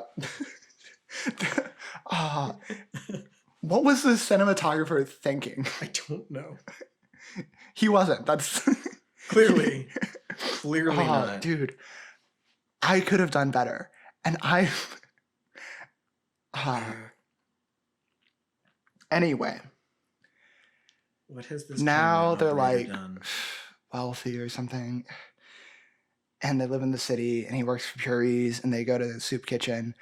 And he's like, whoa, honey, you're too hot to be carrying all that stuff. Oh, yeah. He bumps into his wife and he says, a woman who looks as good as you deserves a clear walkway.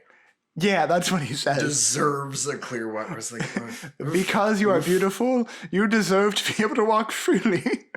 I have deemed it so. A man. I, a man, have given you the right to have a clear walkway. You have been blessed with clear walkways. Because of your gracious appearance, you have been blessed with the rights of a normal human being. I, Adam Sandler, have bestowed them upon you.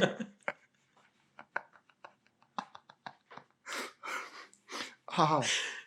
And then, like, there's a scene at the end that's setting it up for, like, a sequel where Wesley comes back. Oh, yeah. Oh, Wesley, him and his diabolical plans.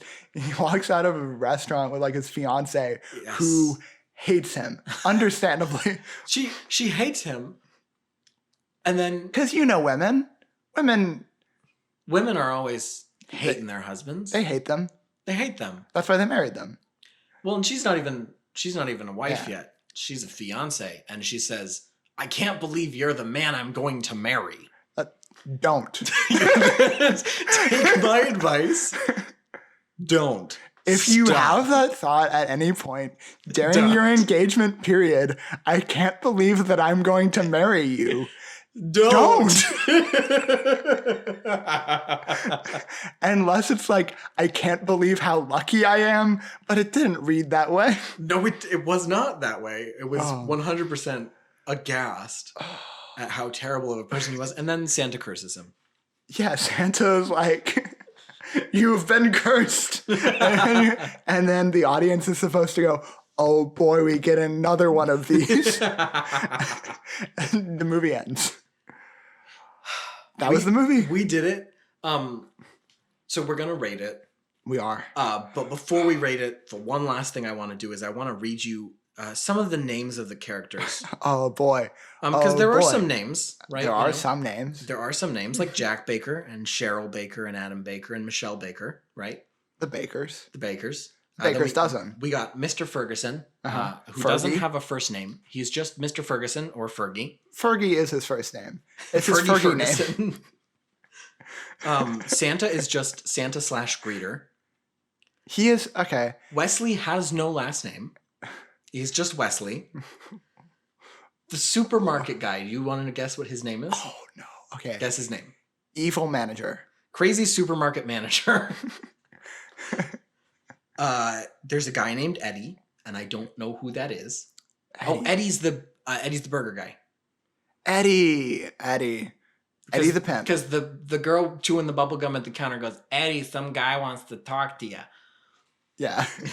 Which is almost exactly how it's delivered. Rude guy in bathroom, played by none other than George Johnson. Yes. Car dealership manager. Homeless man in park. In parentheses, as Rick Bobbler. Played by Richard Rick Bobbler. Whoa. Sven? Nervous executive. Played by Karen Johnson. No relation. Penguin Point girl number 4. Why did I list number 4 first? I don't know, but that is the first one. Also, there are 2 Penguin Point girl number 2s played by 2 different people. Whoa. I wonder what happened. Did one of them have to, like, get fired and they, like, replaced her? I don't know. My guess is that he didn't number them by the people he casted, but numbered them by when they appear in the scene. So there's number 1 and number 2, but then in the next scene they appear in a different order. So it's number 1 and number 2.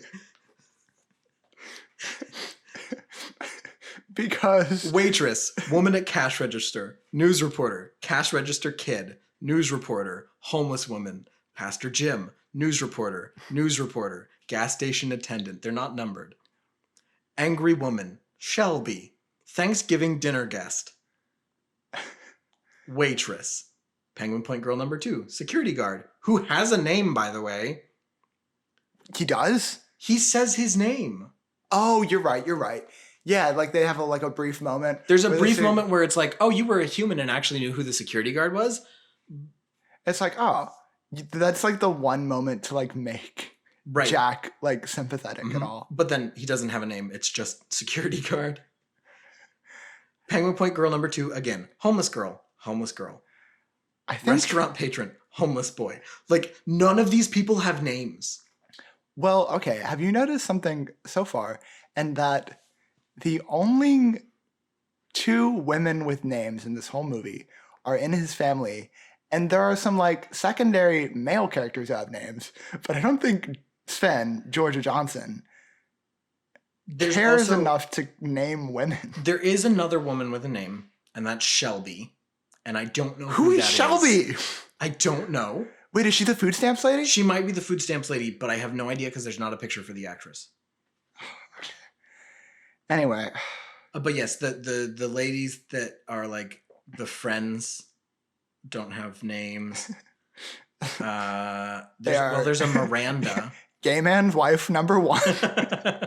There's a Shelby and a Miranda. So those are probably no, because there's Thanksgiving guest. Thanksgiving dinner guest. All of the 4 people that are all just listed as Thanksgiving dinner guest.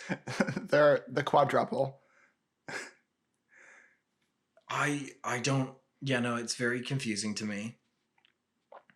Most of these people don't have names. Also, because they don't need them. It should be known that if you want to watch this movie, it is available for free on YouTube. It's also on Amazon Prime. The signs of a good movie.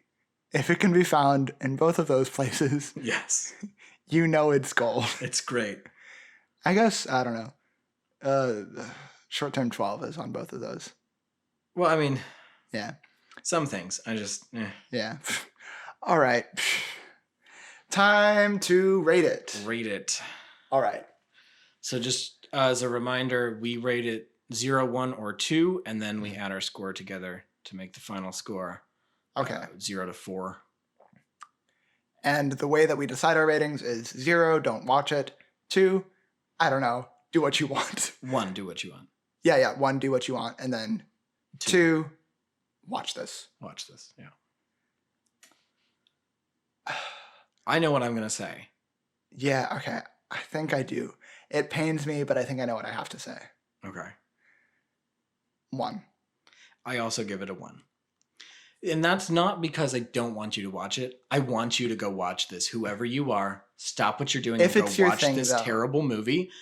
If you would really like to watch an awful movie about one man's terrible opinions about the economy and a misunderstanding of how finances work.